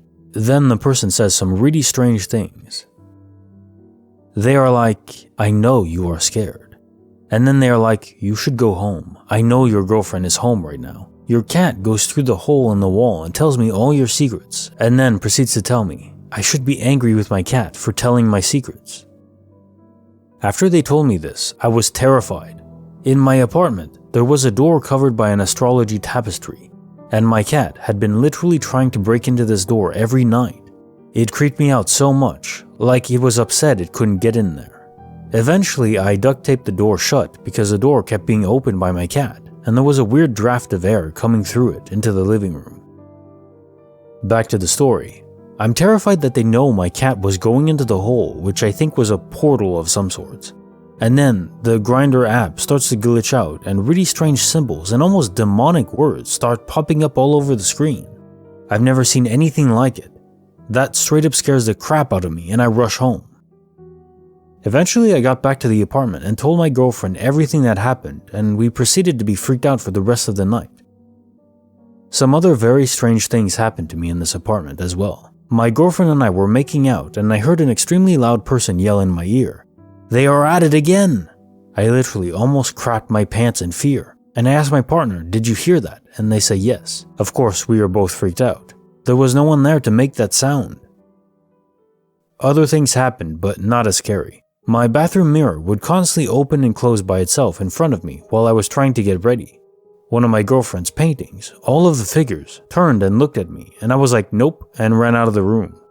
And when by myself, I would hear a really weird noise, like if a big party was happening upstairs, but no one was home. It was very strange, and I'm glad I don't live in this place anymore. Astoria is very weird. So yeah, that's my story. I 100% believe in paranormal things now. Let me know what you think about the weird Grindr text. Has this happened to anyone else on the app? Very curious to think of this. Was it a demon or someone hacking my phone to freak me out or something like that? Case file number 486, written by Sheed 51. Secrets of the Four-Man Stare into My Soul. I recently went out to eat with a friend, and I brought up glitches in the Matrix as a topic of conversation. My friend had never heard of glitches before, but he was very curious and grew very interested as I described what they were. I shared a few stories from the sub, and my friend immediately said, "I swear I've had some glitches happen to me, man." Then goes on to tell me 2 interesting stories that happened to him. I'm going to share them, as described from his point of view. Story number 1. I was driving to work one morning around 6 a.m. and had just gotten on the highway. As I drove, I was coming up on a car that just looked a little off. As I approached it, the only way I could describe what I saw was that the car looked like it had not fully loaded. It looked like it was buffering still or something. It looks pixelated and blurry, like a video game or something that's still loading the textures. I was so confused on what I was seeing, but it quickly fixed itself as I made my way past the car. I looked behind me and it was a normal looking car with a younger girl driving it. It looked completely different than it did seconds before. Story number 2. The other time was also while I was driving. I was on the main road driving and was about to pass a car coming in the opposite direction. As the car passed, I saw all 4 people in the car staring directly at me in my eyes. What makes it weirder is all 4 people were extremely pale white, like paper. Also, they had really big black eyes, kind of like raccoon eyes. They also did not have pupils. As they passed me, they were all locked dead in my eyes. It was a father and a mother in the front seat and a boy and girl in the back seat. Not one of them broke eye contact as we drove by each other. So there you have it. I was spooked when my friend told me these stories, but figured someone out there may have had a similar experience. Case file number 487, written by Feisty89. Secrets of Cheryl, the Trickster Therapist. Back in 2013, I was referred to a therapist by my doctor. Her name was Cheryl, and her office was on the 3rd floor of a building downtown. It was a pain to see her and pay for parking, but I was desperate to talk to someone. We meet and I tell her the detailed story of what has been happening to me the past year. She appeared to be listening and sympathetic. She gives me some really basic advice. Read a book, any book. Go for a walk, and book our next appointment for the next week. Next week comes. I go to her door on the 3rd floor. Cheryl greets me and asks what she can do to help. I try to pick up from where we left off. Cheryl says, "Excuse me, but I don't remember you at all. Can you go back to the beginning?" So I will explain in detail what happened again, and I'd like to think my experience to share was pretty crazy at the time. Surely she would remember, without sounding like I'm a narcissist. Anyway, we have another meeting and she gives advice anyone could say off the top of their head. We booked a 3rd appointment for the next week. I show up for my 3rd appointment and Cheryl's office isn't there. Door locked, lights out. Her name is not on the door anymore. I take a spooky elevator down to the 1st floor as it's an old building and find the receptionist. The receptionist tells me that she can't help me contact Cheryl, but says that her office is in the basement and gives me Cheryl's business card. I go down to the basement, which has 0 other people around. Her door is there, but it's locked and dark and she's not there. I get upset and leave.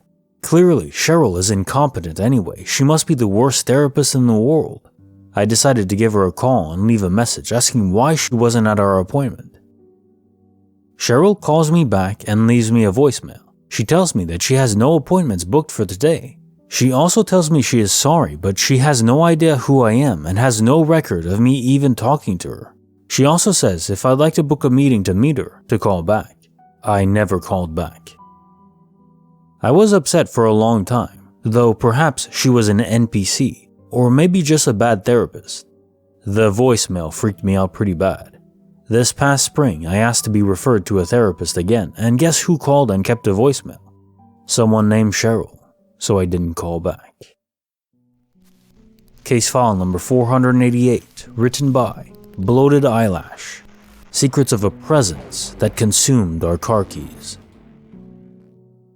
I am someone who never ever leaves their keys behind. I always carry my car keys in the same hand as my wallet, and when I enter any of my friends' houses, I put my keys right next to my wallet, and I never leave my car unlocked. This is important. My friend drove her and her sister home from school on a Friday. She always puts her keys in the top drawer of her dresser. I came over the following morning. Upon arriving, I placed my keys directly next to my wallet on the floor of her room. We hung out for a bit and decided we were going to go to our friend's house and hang out with them. We both showered and began to do our makeup. As we were finishing up our makeup, both of us at the exact same time began to have this super unsettling feeling. We both began to have trouble breathing and felt like someone or something was watching us. We just felt a super negative presence. We didn't say anything to each other at first until it became unbearable. We both were feeling the exact same effects without saying a word to another until that moment. We kinda started to get freaked out, so we were like, alright, let's get the hell out of here. I always drive, so I found my wallet and my keys weren't next to my wallet. I vividly remembered setting them down right next to my wallet on the floor. At the same time as I said to her I couldn't find them, the feelings we had got increasingly worse. She was like, okay, it's fine, I'll just drive. She went to grab her keys out of the top drawer, and they weren't there either. We both freaked. We had to step out of the room at this point because of the feelings we were having.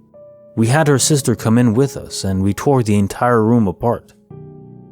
We took the mattress off the frame. We literally searched the room top to bottom.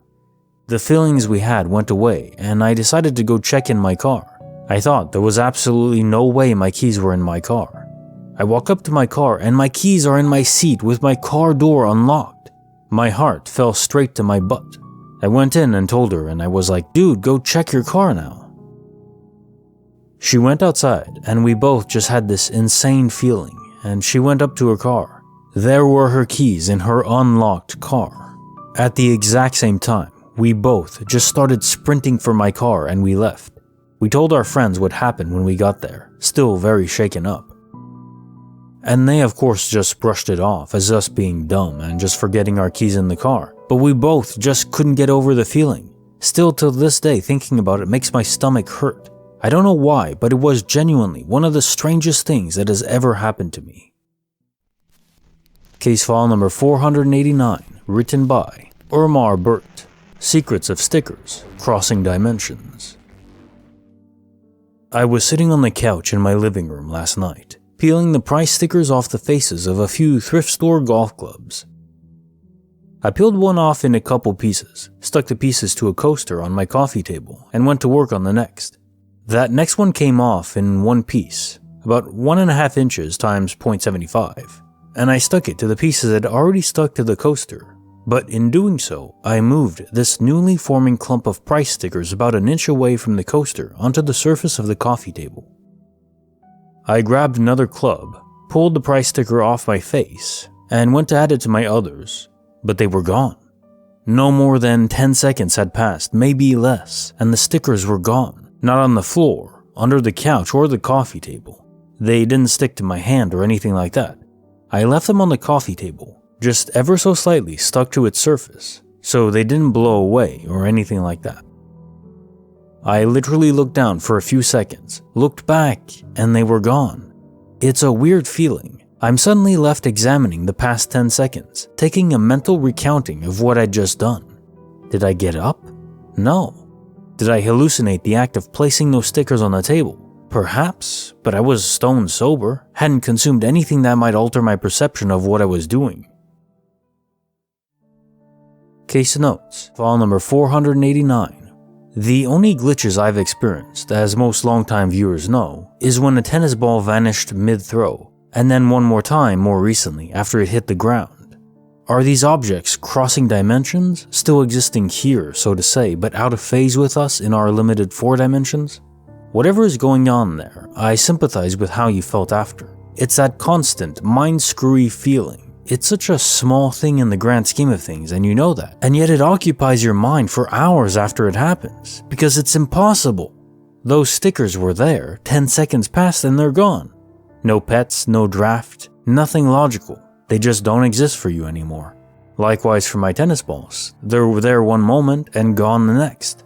It's so frustrating. If I wasn't bald, I'd have pulled my hair out. Case file number 490, written by Impera1. Secrets of my mother, giving me the afterlife specialty. I live in a country where every doctor that wants to go into a medical specialty must take a national exam and compete with every other doctor in the country that wants to study a medical specialty. something like the USMLE in the United States. It is a big deal, and everyone that goes into med school here knows that your future kind of depends on an exam score that takes place once a year.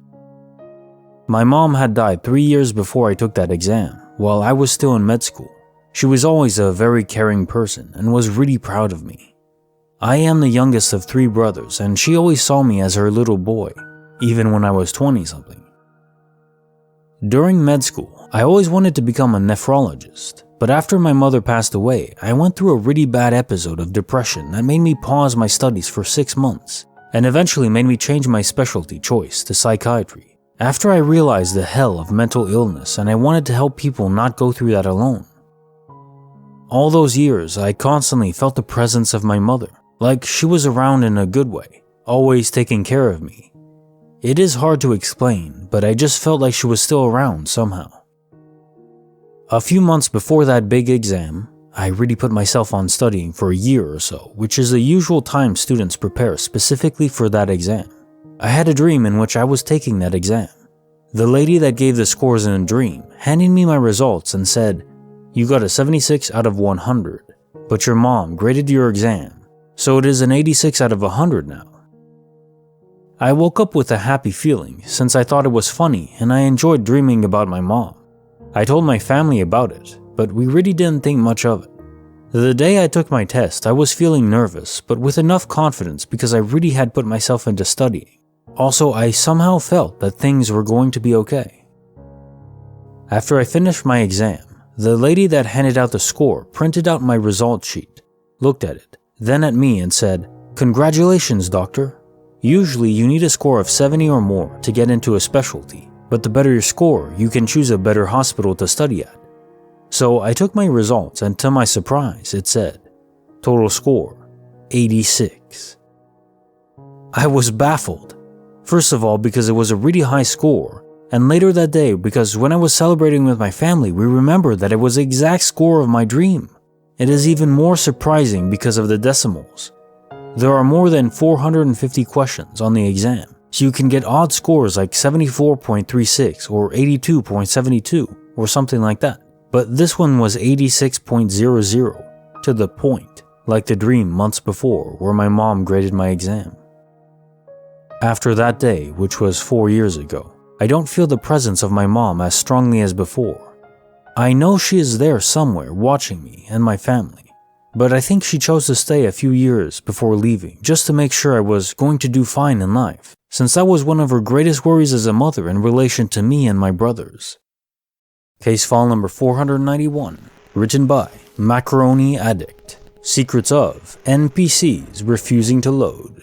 I had always thought of the Matrix as a fun thought experiment, nothing more. I am a spiritual person and I believe in a higher power and extraterrestrial presence on this planet. But I always thought the Matrix was just a little too far-fetched. Until last week. I was driving through my local park, looking around for my friends who were playing football somewhere. I couldn't see anyone. The park was practically empty. I didn't think anything of it, but I noticed it.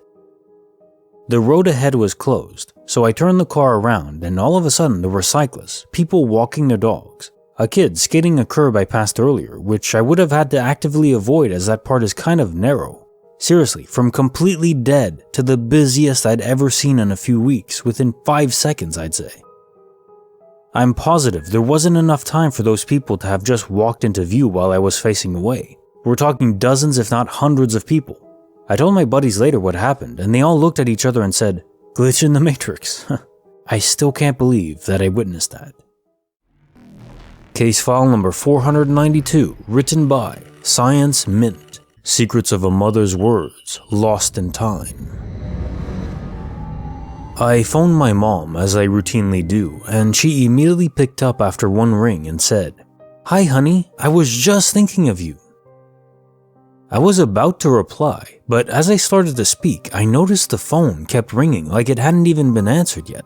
It rang for 3 more rings until she picked up and said exactly the same thing. "Hi honey, I was just thinking of you." It was in the exact same way she said it before. Her tone was the same and it sounded exactly the same both times. The call was not disconnected at any time. It freaked me out. the tone being so similar both times. So I asked her if she was repeating herself and if she had answered before. She was confused and said no to both of my questions. I also asked her if I took long to reply after she answered, and she said no, even in a more confused tone now. I didn't tell her what I experienced because it messed my brain up so much. I'm really scratching my head here. Case notes, file number 492. At first glance, this could be explained away by a tech glitch, until you mentioned that your mother didn't notice you replying slowly. If it was a tech glitch where on your mother's end, the phone line connected sooner, she'd have noticed a few seconds delay before it connected on your end and you verbalized your response. But you said she didn't. Somehow, time itself was affected here. I wonder if it is related to the fact that she was thinking of you just as you decided to call her. Her own brain power displaced time by a few seconds. If so, your mother's power level is close to that of Dragon Ball Super's Hit. She has the potential to become the best assassin in the multiverse. Epic. Bonus file written by Mad Mac 207. Secrets of the Attic Poltergeist. When I was younger, my room was on the second floor of my parents' house. It wasn't a huge house, and the second floor was only over half the first floor. It consisted of a hallway at the top of the stairs, 2 bedrooms, and a bathroom that was only accessible from either of the bedrooms. One bedroom was just a guest room and didn't get used much. My room was at the end of the hall, opposite the top of the stairs, and to the left of my bedroom doorway, inside my bedroom, was a hatch that led to the attic over the remainder of the house, which I had a poster over. My buddy and I were home alone playing video games one night when the bathroom doorknob started turning back and forth by itself. Both of us were freaked out, but wanted to see what it was, so we both got up and walked over to the door and opened the door to see what it was. Dead silence in the bathroom, but the door to the other bedroom was open. It was never open because I hated going into that bathroom and looking into the dark, empty guest room at night. So we are scared. But we go back to our video games and about 5 minutes go by, and the poster over the hatch to the attic falls off. This poster had been there for months and was held up with tacks. The tacks remained in place, but the corners of the poster all just ripped away from the tacks, and less than a minute later, my bedroom doorknob starts turning back and forth. My buddy and I both get up and open the door. As we open the door, we hear loud footsteps running down the stairs. Too scared to check out what happened, we just closed and locked the door and didn't leave my room until morning. One other time when I was home alone, a couple months later with my parents' old dog, Buddy, I was in the kitchen making dinner. This was around 6 p.m., so the sun was just going down. All of a sudden, Buddy, who was laying by the kitchen island while I was cooking, gets up and starts losing his crap, hair standing straight up on his back, and starts running back and forth to the bottom of the stairs and back to me. Every time he got to the bottom of the stairs, he was barking and snarling towards the top of the stairs. Buddy was a type of dog who, if a stranger came over, or someone he didn't know, he ran up to them to greet them, tail wagging. So it was very strange to see him like this. I later asked my older brother if he had ever had weird things happen upstairs. The bedroom with the attic hatch in it was his room before it was mine. He told me he would regularly hear something in the attic and ended up putting his dresser in front of the hatch. Case file number 493, written by Johnny Glaskin. Secrets of the Hot Spring of Dread. Hopefully some of you find this interesting. Personally, I will never forget it. For a little background, I was 18 at the time and had been on a bushwalking road trip with my dad in the north-southwest outback. I was set up to meet with my brother, 21, and a mutual friend in a small rural town to go vermin shooting on a huge outback property. I had been in the Army Reserve for more than a year and a member of the Scout movement for more than 5 years. I spent a lot of time, and still do, hiking and camping solo, and really enjoyed the solitude of the Australian bush. I provide this context to highlight that I was very experienced and comfortable with being in remote and desolate locations. After my dad dropped me off at my friend's place and my brother arrived, we piled into our friend's car and headed into the outback as night fell. After several hours, we arrived at our destination and walked into the dark to hunt with 22s, a 243, and a shotgun. We set up a basic camp before sunrise and slept until about midday, then back out for another night shooting. On the third night, we only stayed out for a few hours. Over the whole 2 days, we did not see another soul. I feel this is important to mention because what happened to me next had nothing to do with the remoteness or bush setting. On the last morning after packing up camp, our friend wanted to visit a small town nearby where there was a natural hot spring to soak in before the drive home. This sounded like a fantastic idea, so we went. As we drove into the small town, I sensed what I recall as a hissing or buzzing sound that gave me intense goosebumps and shivers. At first, I thought it might have been one of those passing moments that disappears as soon as it starts, but this feeling continued and even intensified. It was a horribly oppressive feeling that I did not know how to handle. My brother and friend got out and dived into the pool, but I could not bring myself to do anything, spending the next 20 to 30 minutes feeling like I was about to throw up, and I never throw up. I didn't know how to communicate my feelings to the other two, so did not say anything. We jumped back into the car and drove back the way we came, and the feeling subsided. It was a little while later that I realized I felt okay and was able to relax a little, but I remember being confused and feeling weird for the next few hours. I have heard about times where a person or place didn't resonate, and that is exactly what this was. It was more than a feeling of discomfort, more like a feeling of dread and danger, but I was the only one of us who felt it. I spoke to my brother years later about it, and he only vaguely recalled the visit to the town and pool at all, but remembers the camping and hiking part vividly. I have never been back to that small town, but often think about it and wonder whether it would have the same effect now. For anyone interested, the place is called Piliga Artesian Boar Bath, on the outskirts of the town of Piliga. Case file number 494, written by Scottist. Secrets of Gift Stalking. Earlier today, I made it into a big competition. I cried, got super happy, and of course told all of my friends about it, as there's actually not a level higher than it. It's been my dream to compete there since I was a little kid. One of my Discord friends, who I don't know as well as the others, says congrats and posts a gif of someone doing my sport. Totally normal, yeah? Except the gif is of me. I am the freaking GIF.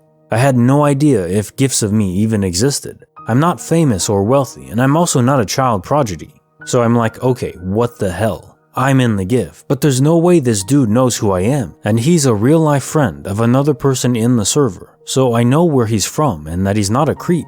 It was just a random chance. Well, that's what I told myself. And then I went to another, totally unrelated server and told them about that story and how crazy I thought it was. I get only one response. It is a GIF of me. What the hell? I'm not swimming in GIFs over here. I'm not even the first result in any of the searches I did to find the GIFs, and of all my searching, I only found 3 GIFs out of quite a few that look similar. To top it off, the people on the server know even less about me. Not even my first name or what country I live in. I'm losing my goddamn mind. Why are there GIFs of me, and why do people know to instinctively use them? Case file number 495, written by Forest Astronomy. Secrets of the Square Carved into the Sky. I went out to scrape the ice off my car at about 4:45 a.m. It was still completely dark and the sky was clear. The moon and stars were visible. As I was scraping the windshield, something in the sky caught my eye. I looked up and saw a square shape as if cut out from the sky. It was a lighter blue color and fairly big. It looked as if someone had taken a knife and literally cut the shape out. It looked unreal. The sky around the shape was undisturbed. The light of it only lit up the square and nothing more. It was mesmerizing. There was an absence of sound that accompanied it, which added to the sense of something being very wrong. I was frozen in place staring at it. I was scared because it was so completely absurd and not natural. There is usually a little sound so early in my neighborhood. The highway is close enough that I can hear the distant noise of cars and trucks. As soon as I made eye contact with the square, all that noise was gone. Still frozen, staring at this square in the sky, I did nothing. I wanted to run back inside my house and wake someone else up so I wouldn't be alone. I felt like whatever I was seeing in the sky somehow knew I was down there, looking up at it. I cannot begin to describe the terror that began to take hold of me. Finally, the shape began to fade in a very peculiar fashion. It dimmed from the right side first, then across until it was all gone. I had to fight with myself to carry on like normal once it had left. I couldn't understand what had just taken place. Here are a couple things I feel I should add. 4:45 a.m. is my usual time to be up and outside. I wasn't overly tired. I think when I felt like it knew I was looking at it was caused by paranoia, since my brain was trying to comprehend what was happening. I did try Googling the shape, but I came up empty-handed. I don't feel like this is an extraterrestrial experience.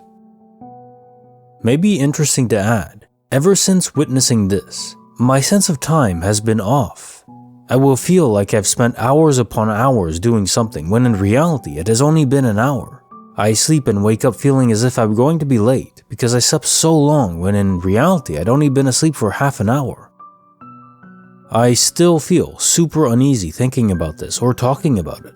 I know that it may seem silly since it was just a shape in the sky. I truly wish I could show someone else what it was like. Has anyone heard of such a shape randomly appearing or anything like this at all? Case notes, file number 495. All the vibes I get from this story encounter are of a UFO, but keep in mind this does not necessarily mean aliens. Who knows what our own governments are minting in their secret bases?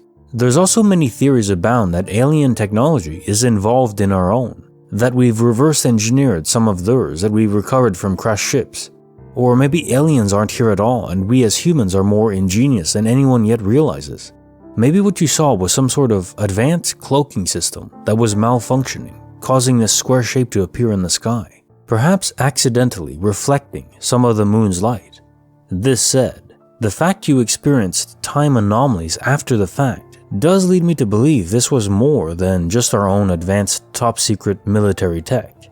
Aliens and time distortion seem to go together like peanut butter and jelly, just not as deliciously. Case file number 496, written by Thoax. Secrets of the Afterlife Greeting. This happened 7 years ago. I was still in college, struggling to finish up my remaining exams, drinking every Saturday with my friends on the bridge in front of the local castle. Few different groups of people were always there, all of them friendly and about the same age. This is important information for later. My parents own a fishing supply shop. It's a small town, home business, with many people coming in being either elderly people or youngsters getting in on the fishing action. So one day, I was waiting for my mother to handle all the customers as the cashier, while my father was explaining details to new fishermen. I needed to talk to her, so I just waited aside. Since there were many people waiting to pay and get the receipt, one older man approached me, asking me if I knew his grandson. He told me his name and I realized he is one of the drinking buddies from the Saturday booze sessions. He told me about his issues with college professors, his plans to move to Germany with his girlfriend, all kinds of information I didn't know about the dude. He came next in line to pay, so he quickly did, and while exiting the shop, he waved to me and told me not to forget to greet his grandson. Next Saturday, I met the dude and told him his grandpa said hi, only to see him go pale and shocked within a second. Both of his grandpas were long dead. I have described in detail how he looked, how he talked, how tall he was, and he thought I was joking. I have asked him to show me all the pictures of all his older male relatives, and he managed to find many on his Facebook profile. He showed me and I picked the right person within a second. The older man I've seen had no brothers or similar looking relatives. Dude I told this to was weirded out by this and he left soon after. The day after, I asked my mom if she had noticed anyone like that. It's a small town, but my parents don't know everyone coming in or notice not so well-known people when there's many customers. My mother told me that she had seen a man talking to me yesterday while I was waiting and described him in the same detail as I've seen him. There is no similar looking dude with that name and surname as the older man told me, so it's not possible it's a mix-up. All of the details this man mentioned about this dude were correct. I could never have known his life plans, nor have I heard them from anyone else. To this day, thinking about this puzzles me. It's creepy, haunting, and I don't like it, even though nothing bad happened. Case file number 497, written by Masquerading Muppet, Secrets of the Shimmering Portal in the Woods. I've had a handful of weird things happen in the woods in the years I've been camping. This one and one other experience I've had both stuck with me a lot. So this happened in September 2017 in the Kettle Moraine State Forest in southeast Wisconsin. Two friends and I decided to do a last-minute camping trip before the end of summer and classes are getting into full swing. I was going into my grad school year and my two friends were going to be seniors. None of us had been drinking when this happened. We set up camp and decided to go for a hike along the Ice Age trail that ran next to the campground before it got too dark. We didn't leave with a specific plan in mind, but found a loop trail and continued on that. This section of the woods had trails that were on top of a ridge, so there were steep drop-offs on either side. Not like you'd die if you fell, but pretty steep, 20-foot hill drop more like, so you really can't go off trail. So the trail is probably 4 to 5 miles, and by this point, we're going on our last mile, and the sun is setting. We didn't realize we'd take this long, so none of us even have our headlamps with us. But that's fine, since we guesstimate we only have about another mile left or so. We round a small corner, and the trail ahead has trees arching from either side of the path overhead, almost creating a doorway. That wouldn't be a big deal, except for the fact that the area of this doorway was shimmering. Almost like when you drop a stone into water and it ripples and sloshes a bit. We all stopped and one of us said something along the lines of, "Am I dehydrated or does that look weird?" That's the best way I can describe it at least. We all saw it, but there was no turning back at this point. We only had maybe 30 minutes of daylight left, couldn't go around and couldn't turn back. Finally, one of us, I think it was me but I don't recall for certain, stuck our arm through. Nothing happened. It still looked the same, shimmering like water or heat off a black top on a hot day. We all walked through and were fine, seemingly. We joked for a few weeks that we stepped into an alternate universe. I'm only friends with one of the friends now, and a few years later I brought it up to her and she just said she didn't want to think about it. It didn't impact me that way. I just still think it was odd. Anyway, I've heard of stairs in the woods, but we can't be the only ones to encounter a portal in the woods, can we? Case file number 498, written by The Codian Essence, Secrets of the Simulation, Cleaning My Apartment. First time posting here, but I'm ridiculously puzzled and need to tell someone that won't think I'm insane. I went to bed last night after staying up and watching the ball drop. I read for a bit, took my dog out, and then went to bed. Before going to bed, I realized that my apartment was a bit of a mess. Clothes on the floor, a few dishes scattered around, some plastic wrap left about from Christmas, and I planned to clean it today. My dog and I went to my room, locked the door, and went to sleep. For context, I live alone in a second-story apartment. I have security cameras on my front door and back balcony. And I also have a doggy cam pointed at my dog's crate in my bedroom that also has my bed in frame. I rewatched the videos from last night and there was no movement besides the usual stand up and stretch that my dog does, and me tossing and turning a bit in my sleep. But when I woke up and walked into my living room, it was clean, clothes picked up and in the washing machine, not running or full. Dishes cleaned and put away in the cabinets, plastic from Christmas presents thrown away, everything was back in its usual place, and I've been trying to figure out what the hell happened. I have no history of sleepwalking, plus the camera would have picked it up. No one came into my house, I just can't figure it out, so I wanted to see if anyone has any kind of explanation or has experienced something like this before. Case notes, file number 498. With your video camera evidence, this must at least make you feel a bit more at ease. You can't be going mad because you have proof no one cleaned your apartment, and yet it was cleaned. It must then have happened within a few seconds. I wonder if this is shown on camera, like exactly when the apartment goes from in a state of disorder to order.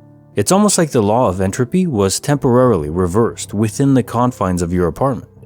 Why or how? I have no idea. Maybe the simulation just decided you needed a break. We all do, here and there. Bonus file, written by Mick F. Yeater. The Three Contorted Faces. Hey y'all. Just 3 days ago, me and my friend went up to Walmart. There's this pavement trail up by my neighborhood basketball court, and all of a sudden, 3 people almost practically materialized in front of us. We thought nothing of it at first, as the trail is commonly taken. However, upon closer inspection, the people looked just like our 3 friends, down to an exact point. Normally I would have no problem with this. However, one of the friends had gone to Georgia, and the others were at their house. Around this point we got creeped out, but oh well, might as well keep going. We get about halfway up the trail, and one of our friends' voices calls out, the voice being exact in cadence, tone, you name it. It was their voice. This is where things got weirder. Me and my friend both turned to each other and asked if that was really our friend. From there we braced ourselves for a silly jump scare and turned the corner of the trail, and they were gone. We kept going and saw them again, this time in a home goods parking lot on the way there. We were able to get a good look at them, as we were far away enough to not be detected, but close enough to get details. I saw one of them, our younger friend of the group, was standing at an angle.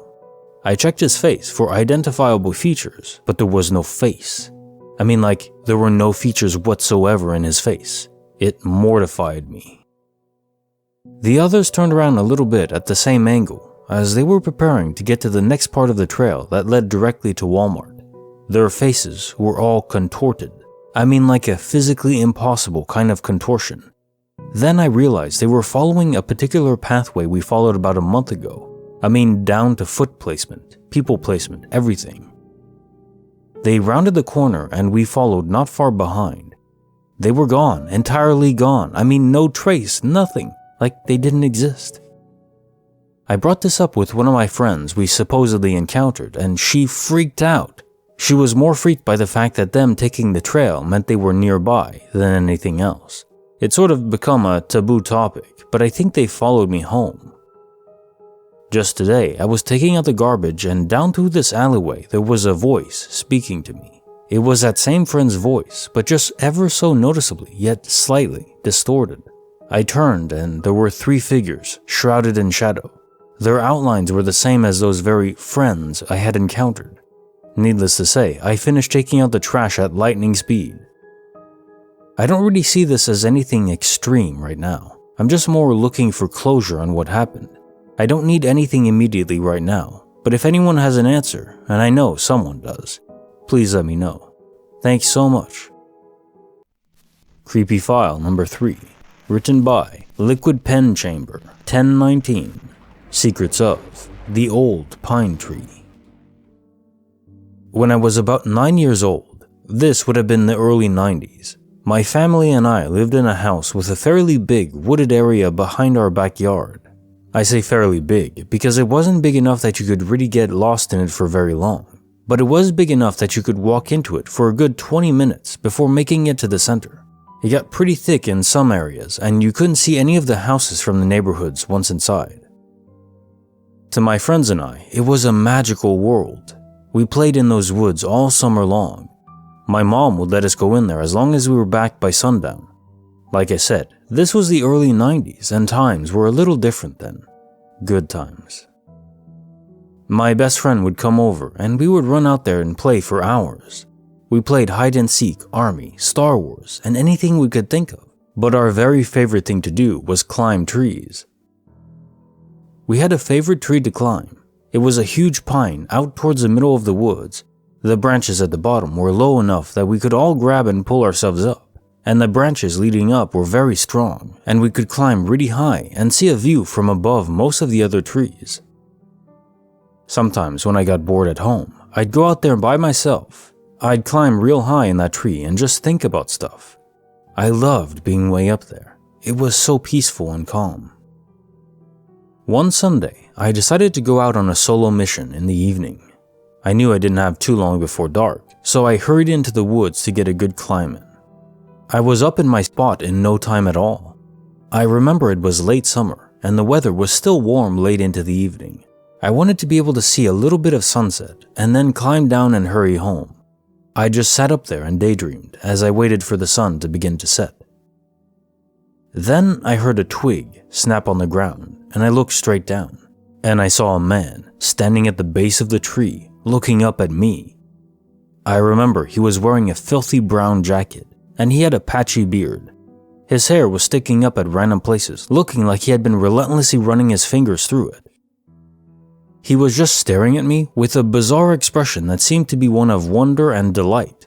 It was an extremely unnerving look, almost the look of someone that just realized they stumbled across the gold at the end of a rainbow. That's the only way I can describe it.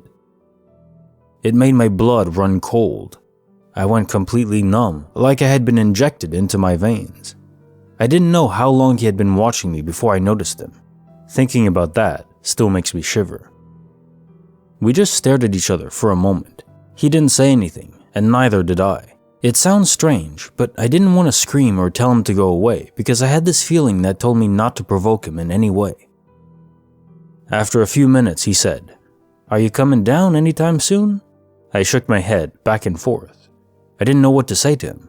It was clear I was very uncomfortable at this point, and that should be enough to make a decent person go away, but he only grinned at me.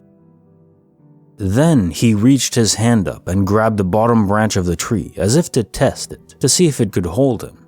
I do believe he may have been planning to climb up to me, but the lowest branch was flimsy, and it was not strong enough to hold a grown adult. I thank God for that. He soon realized this and gave up, but I had seen enough.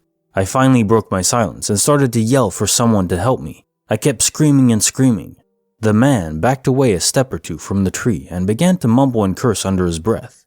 He flailed his arms in the air in a rage and began making a motion like he was pushing an invisible person in front of him.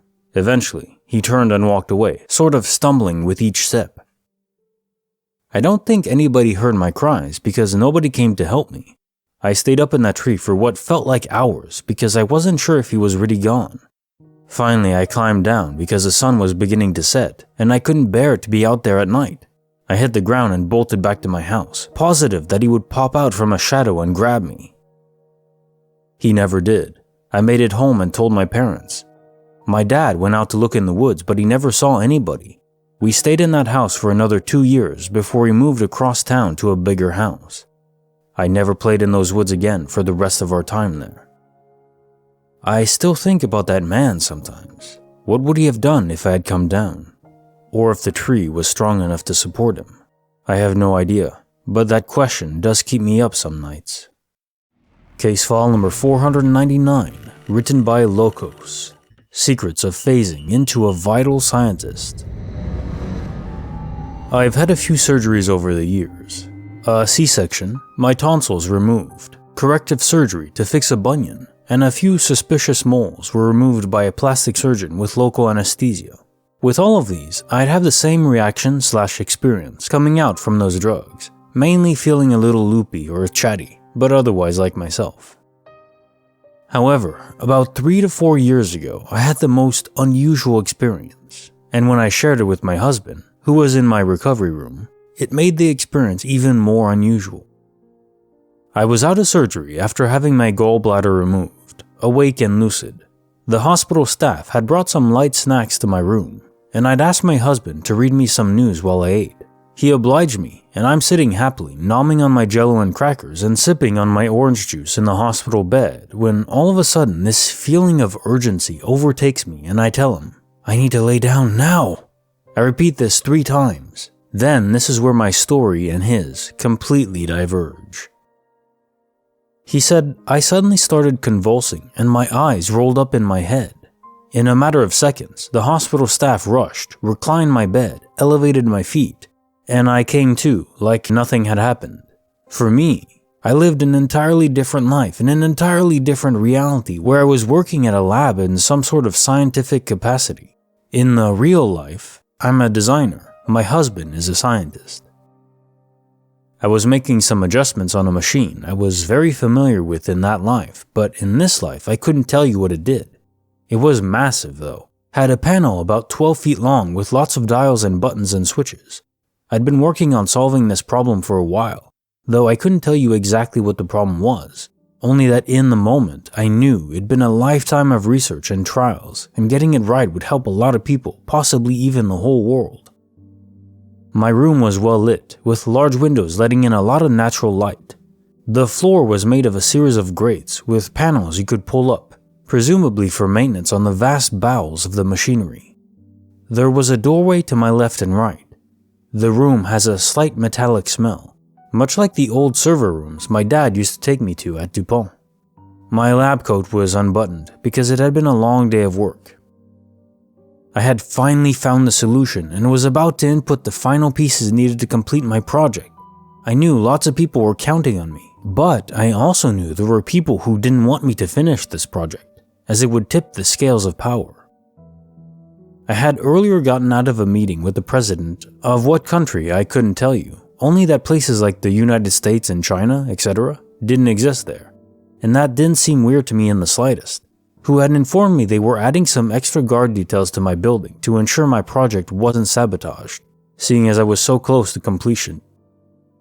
I didn't work for the government, but in some sort of mutual agreement with them. While there were people in other parts of the building, the room I was in was limited access, and only a select group of people I trusted were allowed to enter. I just signed off on some work one of those trusted people had come in to have me review, and they had just left the room. I was reflected on how nice it would be to finally get a little vacation time, a rest from all this work, and spend it with my husband and family. Side note, in this world, my husband was the same person as the one in the real world, but he stayed home and took care of the family. And our family was different in that world. 2 kids, when I actually have 1. I was just about to do the final input and initiate the results, when all of a sudden, one of the grates in the floor opened up and pulled me down into the blackness by my feet. And I came to a start and saw all the people around me and asked what was going on, and my husband explained what happened, and when I asked how long I'd been out, he looked at me oddly and then told me it was only a few seconds. It took me a while to shake this horrible feeling that I had to get back there, where or whenever that was, to finish my work because so many people were depending on me, and no one else knew how to work the machine except for me. I've learned from some nurse friends that people can sometimes have this odd physical reaction to certain types of anesthesia when coming out of it, but no one's ever heard of the weird mental, which felt very physical, experience I had in those few seconds. I sometimes get the odd feeling that that was the real world, and what I'm experiencing now is a delusion. And ever since then, I occasionally experience those weird phantom noises just as I'm drifting off to sleep. But instead of bangs or other startling noises, exploding head syndrome, mine are odd electronic beeps and chirps. Nothing in our house makes these noises, which gives me flashbacks of that place I was doing important things in. Case notes, file number 499. I'm reminded of a few episodes of Star Trek, but the most important one, and probably the best TV episode made in our species' history, is called Inner Light. Spoiler warning. But if you haven't seen it, go watch it ASAP. A brief review. Picard is flashed by a foreign alien object, which instantly shifts his conscious perspective into an alien planet of unknown location. His memories are intact. He knows he doesn't belong there, but nothing happens. No one comes to his aid, no way to leave the planet. As the months fade into years, he adapts and learns to live in his new home, forming bonds and memories there, even building his own family. He lives a lifetime learning of these people, how they live, their culture. And then, at the end, when they launch a probe, he wakes up. In the real world, where minutes passed, it turns out that species had died off, and they knew it would happen. They couldn't stop it. So they created a probe to send out into the great darkness in the hopes another species would encounter it and learn of who they were. A true lifetime lived in but a brilliant flash of light. Can you imagine that? Can you process how disjointed and disconnected you'd be upon your return? To everyone else around you, minutes passed, but for you it was 30 million minutes. It would take months, if not years, to return to a sense of belonging after an experience of that nature. Now, to your glitch, while not as extreme, thinking of just how seeing this episode made me feel, well, you described that sense of needing to go back, that what you were doing was critical to that reality survival. I don't know if it was real, a quantum crossover event to a parallel universe, or just your own mind conjuring hours in mere seconds in reality as a sort of defense mechanism, as you did say that you were spazzing out in real life. But whatever it was, I can understand the sensation you had in returning to the real world. Maybe this isn't the real world. Case file number 500, written by Lollybot. Secrets of the Bag with Extra-Dimensional Pockets.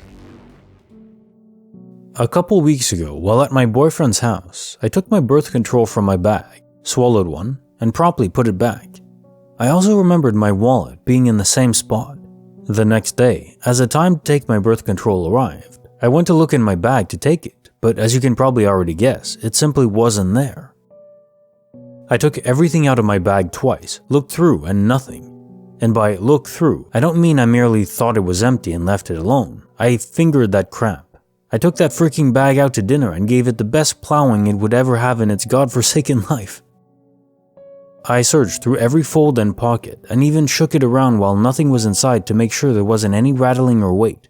It was around that time when I also noticed my wallet was missing. My wallet is pretty thick and heavy, so there was no possible way I couldn't have spotted it. For the life of me, I just couldn't feel nervous at first though, because it didn't feel like I had lost it. It was so freaking bizarre. It felt like I still knew where it was, but it simply wasn't there for the moment. Me and my boyfriend thought maybe someone stole my wallet and the birth control, thinking they were drugs. I ordered a new debit card, yada yada, and for the next couple of weeks I still had regularly used the bag since it was my favorite. I remember saying to my boyfriend, if they randomly appear there again, I'm gonna believe in hell and that God has it out for me. Last night, while very lightly searching for some lip gloss, guess what the hell just showed up? Both my birth control and my wallet. Same freaking time, in a large pocket I know for 1,000,000% sure I had checked dozens of times. Oh my god, I guess I am going to freaking hell.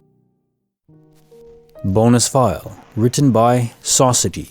The Eternal Echo of Suffering. I adored the couple that lived next door. A duplex, our houses are connected. And over the last few years, I could hear the poor guy coughing or heaving from my bathroom all the time. Our bathrooms must be next to each other. He was very ill, I knew it was him, and always felt bad hearing someone's private bathroom suffering. Never told them this, no way. He passed away a few months ago, but occasionally I can still hear him. She still lives there, and we talked. There's no other male that lives with his widow or visits. It's 100% her, and is the identical sound I grew accustomed to all these years. When someone is heaving, you sort of hear their voice, I guess, and this is not just a male, this is his voice. I wouldn't dare tell her I can hear sounds from their bathroom, and or that I believe I can hear him. And that it sounds like the suffering and coughing and heaving I've heard for years. I'm sure there's a rational explanation. I don't know what I believe, but I don't like the thought of him still suffering. Anyway, I miss him. He was such a treasure. I tried to check up on her and help her often. I miss you, BR. Please rest in peace. You are free from suffering now. Case file number 501, written by C. Wagadorn. Secrets of the All-Powerful Maintenance Man. This happened when my cousin and I were teenagers, probably around 15 and 16 respectively. Many members of my family were staying overnight at a hotel after the wedding of another family member. My cousin actually thinks it was for a different person's wedding, but that detail doesn't change the story. I was not one of the people staying the night at the hotel, but I had some time to hang out and have fun with my cousin before my parents came to pick me up. We didn't have a lot to do, and we tended to be kind of mischievous when we hung out together. Never did anything crazy, just average dumb kid shenanigans. So essentially, we decided to just walk and run around different areas of the hotel, exploring, getting snacks, etc. My cousin remembers us knocking on the doors to random rooms and running away. At one point, we noticed a middle-aged man in the same hall as us, who was wearing nondescript clothing and had on a tool belt. We tried to act naturally as soon as we spotted him, but I'm sure we weren't very convincing. From this point, every time we turned a corner and checked behind us, this man would be following us. He never yelled at us or said anything at all, and he never moved at a pace faster than an average walking speed, but it was extremely clear that he was following wherever we tried to go. It freaked us out a lot, because obviously we didn't want to get in trouble, plus the dude just had a weird energy with his silent, casual walk. We were panicking pretty hard after a few minutes of this, so our plan was to get in the elevator and quickly choose a random floor a few levels up, so that the guy wouldn't know where we went.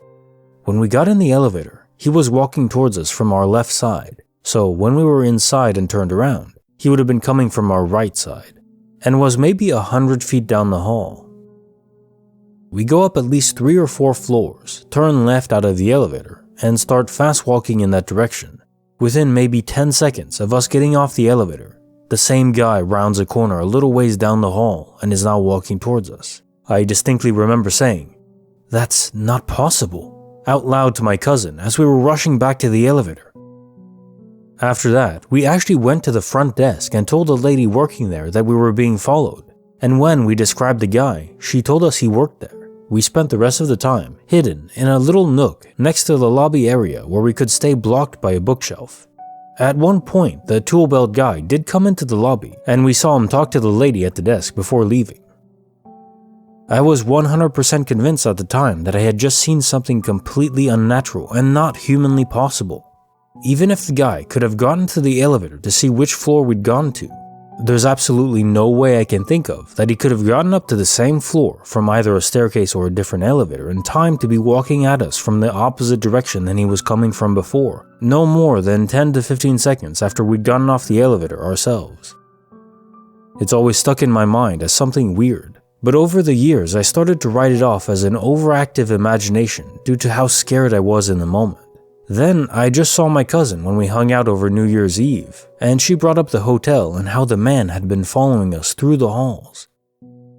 Once she mentioned it, I started to say that at the time I thought he traveled an impossible distance in an impossible amount of time while following us. And before I even finished recounting the exact scenario, my cousin was nodding that she remembers it too. Still not sure what to make of this situation, but it's definitely the weirdest story I have. Case file number 502, written by bpile44. Secrets of a photo, stuck partially in the past. I regularly sell on eBay, and used to use a tattered wood grain background in most of my photos. I switched over to an all-white background almost 1 year ago. Anyways, I have this old Candyland electronic handheld game from the late 90s that's been listed for around 1 year using the old background. Someone asked me if the game worked even though it was sealed. The game came with installed batteries, so it could have been turned on through the transparent packaging. The batteries were dead, and I was concerned the batteries may have leaked, so I decided to open it. The batteries hadn't leaked, so I replaced them and confirmed it was in working condition. I took a few photos of this item in its now open box condition and revised the listing. In one of the photos, the old background shows up. The old background was discarded. There is no way there was a mix-up as the photo shows the item outside its package, and I just opened it. Case notes, file number 502. I don't think there's any way for this to be a tech glitch either, since on your end, the background would have long since been out of memory. It couldn't accidentally have just switched back for a frame or two while you took the picture, and the physical actual background was discarded, I'm sure. Half of the picture was current, with the game out of the box, which you never took out before. The only thing I can think of is that your camera somehow received an image that was taken by you in a parallel universe, where the only real difference was you kept the old wood grain background, and somehow that data scrolled its way into your universe. No one yet knows how anything crosses over though, although there is some intuitive sense to the notion that raw data transmissions, which is just energy, would have an easier time with the journey. I wonder. Case file number 503, written by Saturn Ringmaker. Secrets of the Seventh Knife. I used to follow the Glitch in the Matrix sub for quite a while, but ultimately figured there were probably logical explanations for the stuff posted there, so I took some time off. Then something happened that brought me back a couple months ago. I have no logical explanation for this. For the past 14 years, we've owned a Wusthof knife block containing several knives of various types and sizes. Near the bottom of the block are 6 slots for 6 knives that are the size you'd use for eating at the table with a fork, just sharper than normal butter knives. We have never had a dishwasher until recently, so we washed everything by hand. As you can imagine, this puts you in closer touch with your cutlery, and you develop a very sure feel for when something is different, missing, etc. A few months ago, a 7th knife appeared. When I mentioned it to my wife, she said, "Oh yeah, I meant to say something last week when I first saw it. The knife is identical to the 6 that go into the slots." In the meantime, we had a new kitchen, floor and subfloor installed, and we got a dishwasher for the first time. A few weeks ago, I took a knife out of the dishwasher to put it in a slot, only to see they were all filled. The new normal.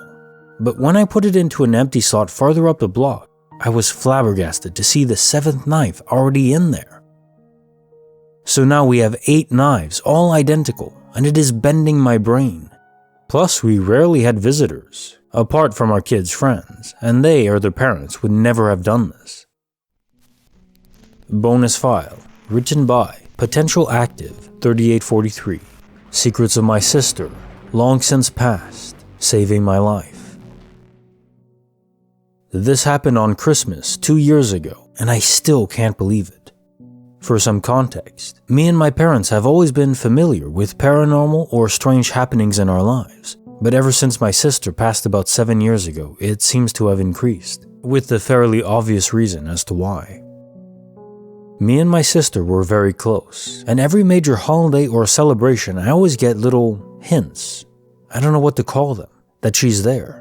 Well, on Christmas 2 years ago, my mom noticed a robin on our fence. Robins are a sign of past loved ones. We strongly believe this was my sister coming to see us for the holidays. As this was happening, I was trying to find my train ticket as I had booked to go see my long-distance girlfriend for the holidays.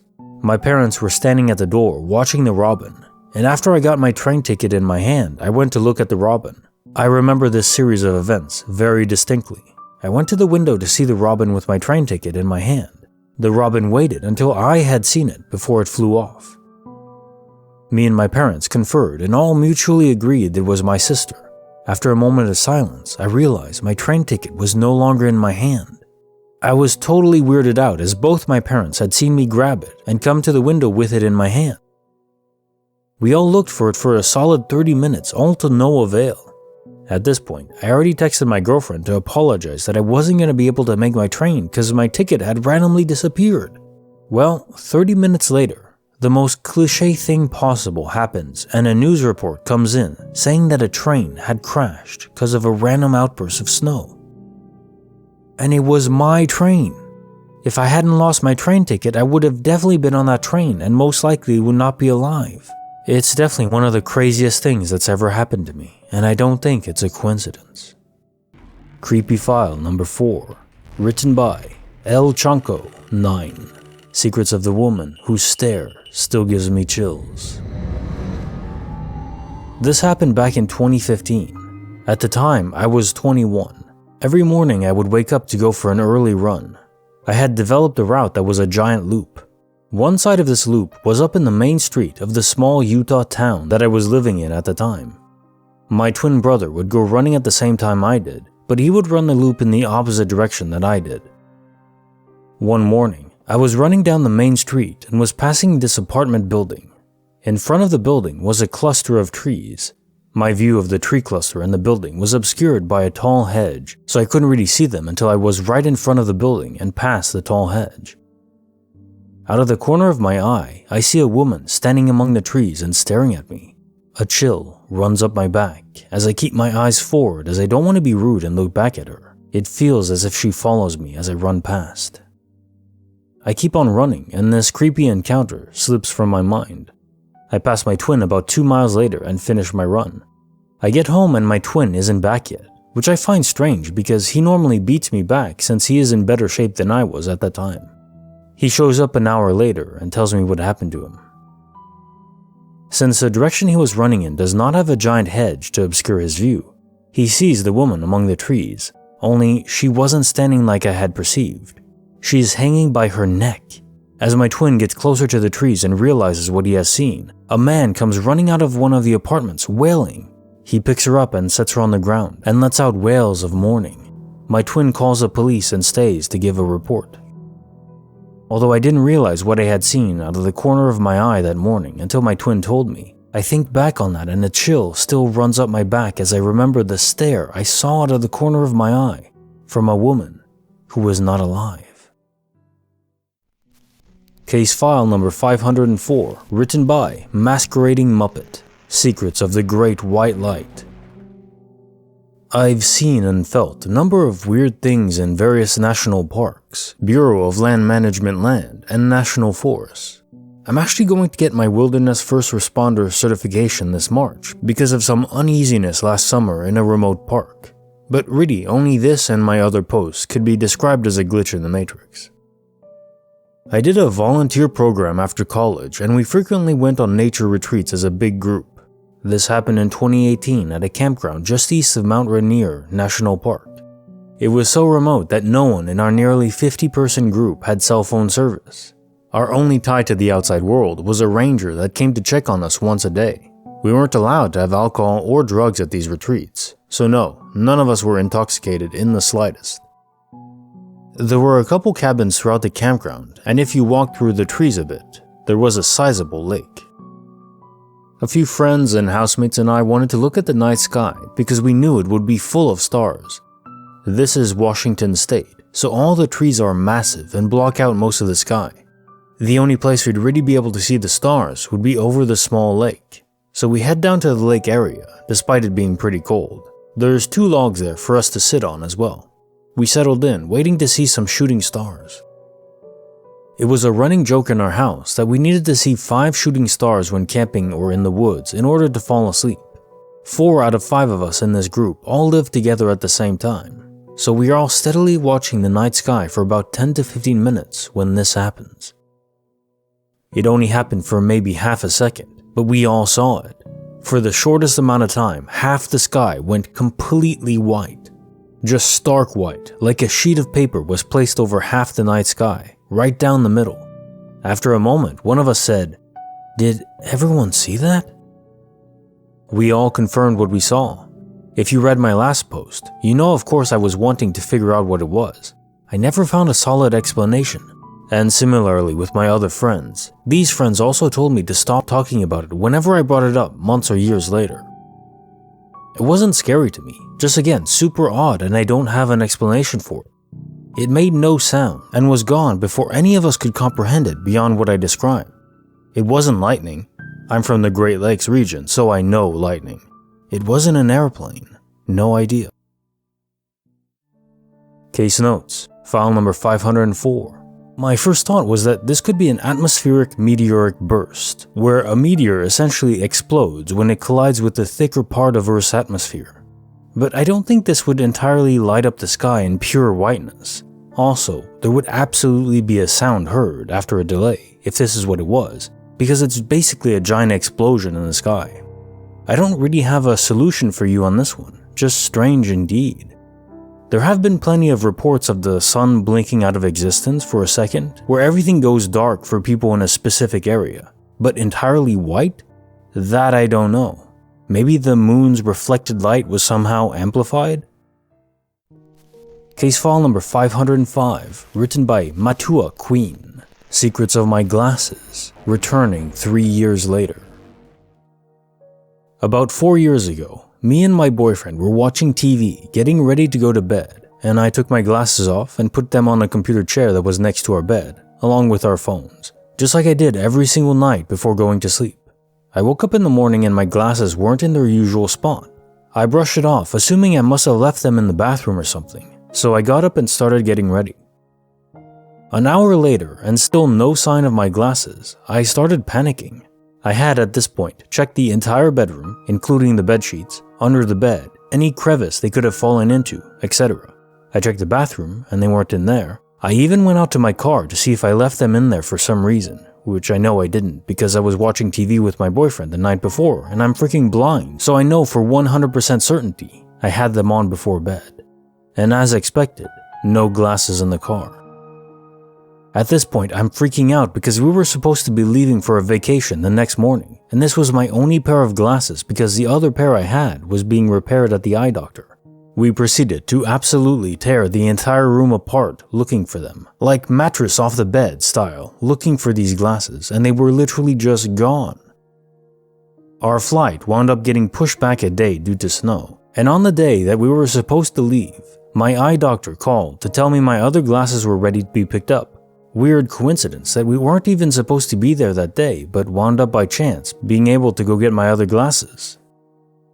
Now a huge time skip. 3 years ahead to December of 2020, and me and my boyfriend are packing up to move into a new apartment, and I open the first drawer of our desk, something we use frequently, keep in mind, to sort through what we were going to keep, and what do I see sitting on top of everything else in the drawer? My freaking glasses. No dust, looking like they had just neatly been placed there for me to find. Me and my boyfriend were in shock because we know for a fact we would have seen those glasses in there. For one, when we tore apart the room, and two, literally any other time in that 3-year span that they were missing because again, we use that drawer on a regular basis. To this day, we still joke that we just had a ghost who stole my glasses because we really had no other explanation for it. Well, that is until I started looking more into glitches in the Matrix.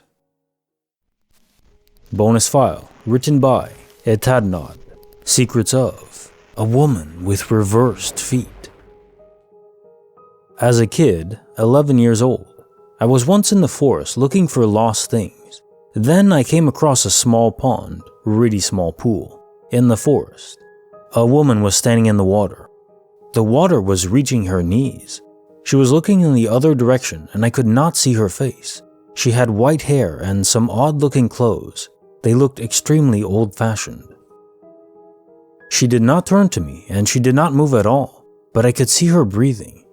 I came closer, and then she left the water and stood on the forest ground. As she was raising her feet from the water, I saw that her feet were reversed. I mean, the toes and heels were reversed. I was shocked and frozen, but I freaked out and turned around and began to run quickly after. While running, I turned back and could see her face now. She was looking at me with an evil grin and an extremely pale face. I went home and told the story to my parents, and they did not believe me. I have never forgotten this encounter. I want to ask if you have ever heard of people having reversed feet. I went to this forest multiple times afterwards with my friends, never ever alone again. However, I could not find the pond where this occurred. Searching on the internet, I found the creature, a ciguapa. I have encountered this in Europe. This gives me the chills. The picture on the site has white hair. The woman I saw looked the same, but she was white. She had extremely pale white skin, but the hair and everything else looked the same. I'm almost crying. I had never thought of this incident again until today. Case file number 506, written by Ryan Blizzard. Secrets of the Wandering Shawshank Redemption. I was recently rewatching The Shawshank Redemption as I love that film. I decided to rewatch it around 11 p.m. and I got too sleepy and paused it when Andy arrives at Shawshank with Norton and Byron Hadley at the prison intake, the scene where Byron abused the prisoner for asking when they eat. As I paused the film, I went to sleep and it was on my living room couch. Woke up in the morning in my bedroom, which creeped me out at first, but then I thought I must have moved there and just forgot. I went to the living room, the TV was offline and the Blu-ray for the film was not in the tray. I was pretty confused. Tried to find it, but when I took it out, the box was in my bedroom with no disc inside. I immediately thought it could be in the Blu-ray player in my bedroom television, since the box had seemingly magically moved there. Turned the TV on to check, and it was. Upon resuming play, it was on the exact same timestamp that I left it on when I went to sleep. I do not remember going to my bed, moving it, tampering, or waking up. And I do not think I would wake up, be all tired, move the disc over, and not continue any of the film, all for no reason. And just to note, I live alone, so no one else could have done anything. Since I tend to be more on the rational side, I don't immediately jump on the assumption that it was a glitch in the Matrix. However, it's interesting to think about. The only explanation is that I woke up, went over there and put the disc in, went to the exact timestamp as before, and went back to sleep and forgot it all. However, I do not have any idea why I would do that. I was extremely tired when I went to sleep. I would not have wanted to watch anymore until the next day. Never mind move the disc over to my bedroom and not actually continue any of it. Case notes, file number 506. The mundane possibility here would involve sleepwalking. You took the disc out, moved it to your bedroom, and then crashed there, not realizing any of that happened. However, it's very rare for adults to suddenly start sleepwalking. Typically, it's a pattern throughout one's life. So if nothing odd has happened during the night for you before, it's not likely to be sleepwalking. It could actually be evidence of a quantum crossover. You may have died during the night, suddenly, which happens more often than we'd like to think. Of course, fear not. If quantum immortality is true, we have nearly infinite lives to fall back on. And the transition between death and reanimating in another you across into a parallel universe is seamless. Most of the time, people's memory of their own death is carried forward with them. But if they die while asleep, I guess there'd be no memory to cross with. Case file number 507, written by Spiritual Tadpole 177, Secrets of the Accidental Imposter. One day I was at school and someone asked me, "Hey, were you at the gym downtown yesterday?" I said no. Why? They said, "I swear I saw someone who is identical to you. That's crazy." I don't think much of it. This happens, right? Well, small instances like this keep happening over the years. This is the most recent one I can remember that happened over the past year or so. October 2020, I accepted a job in a town across the state.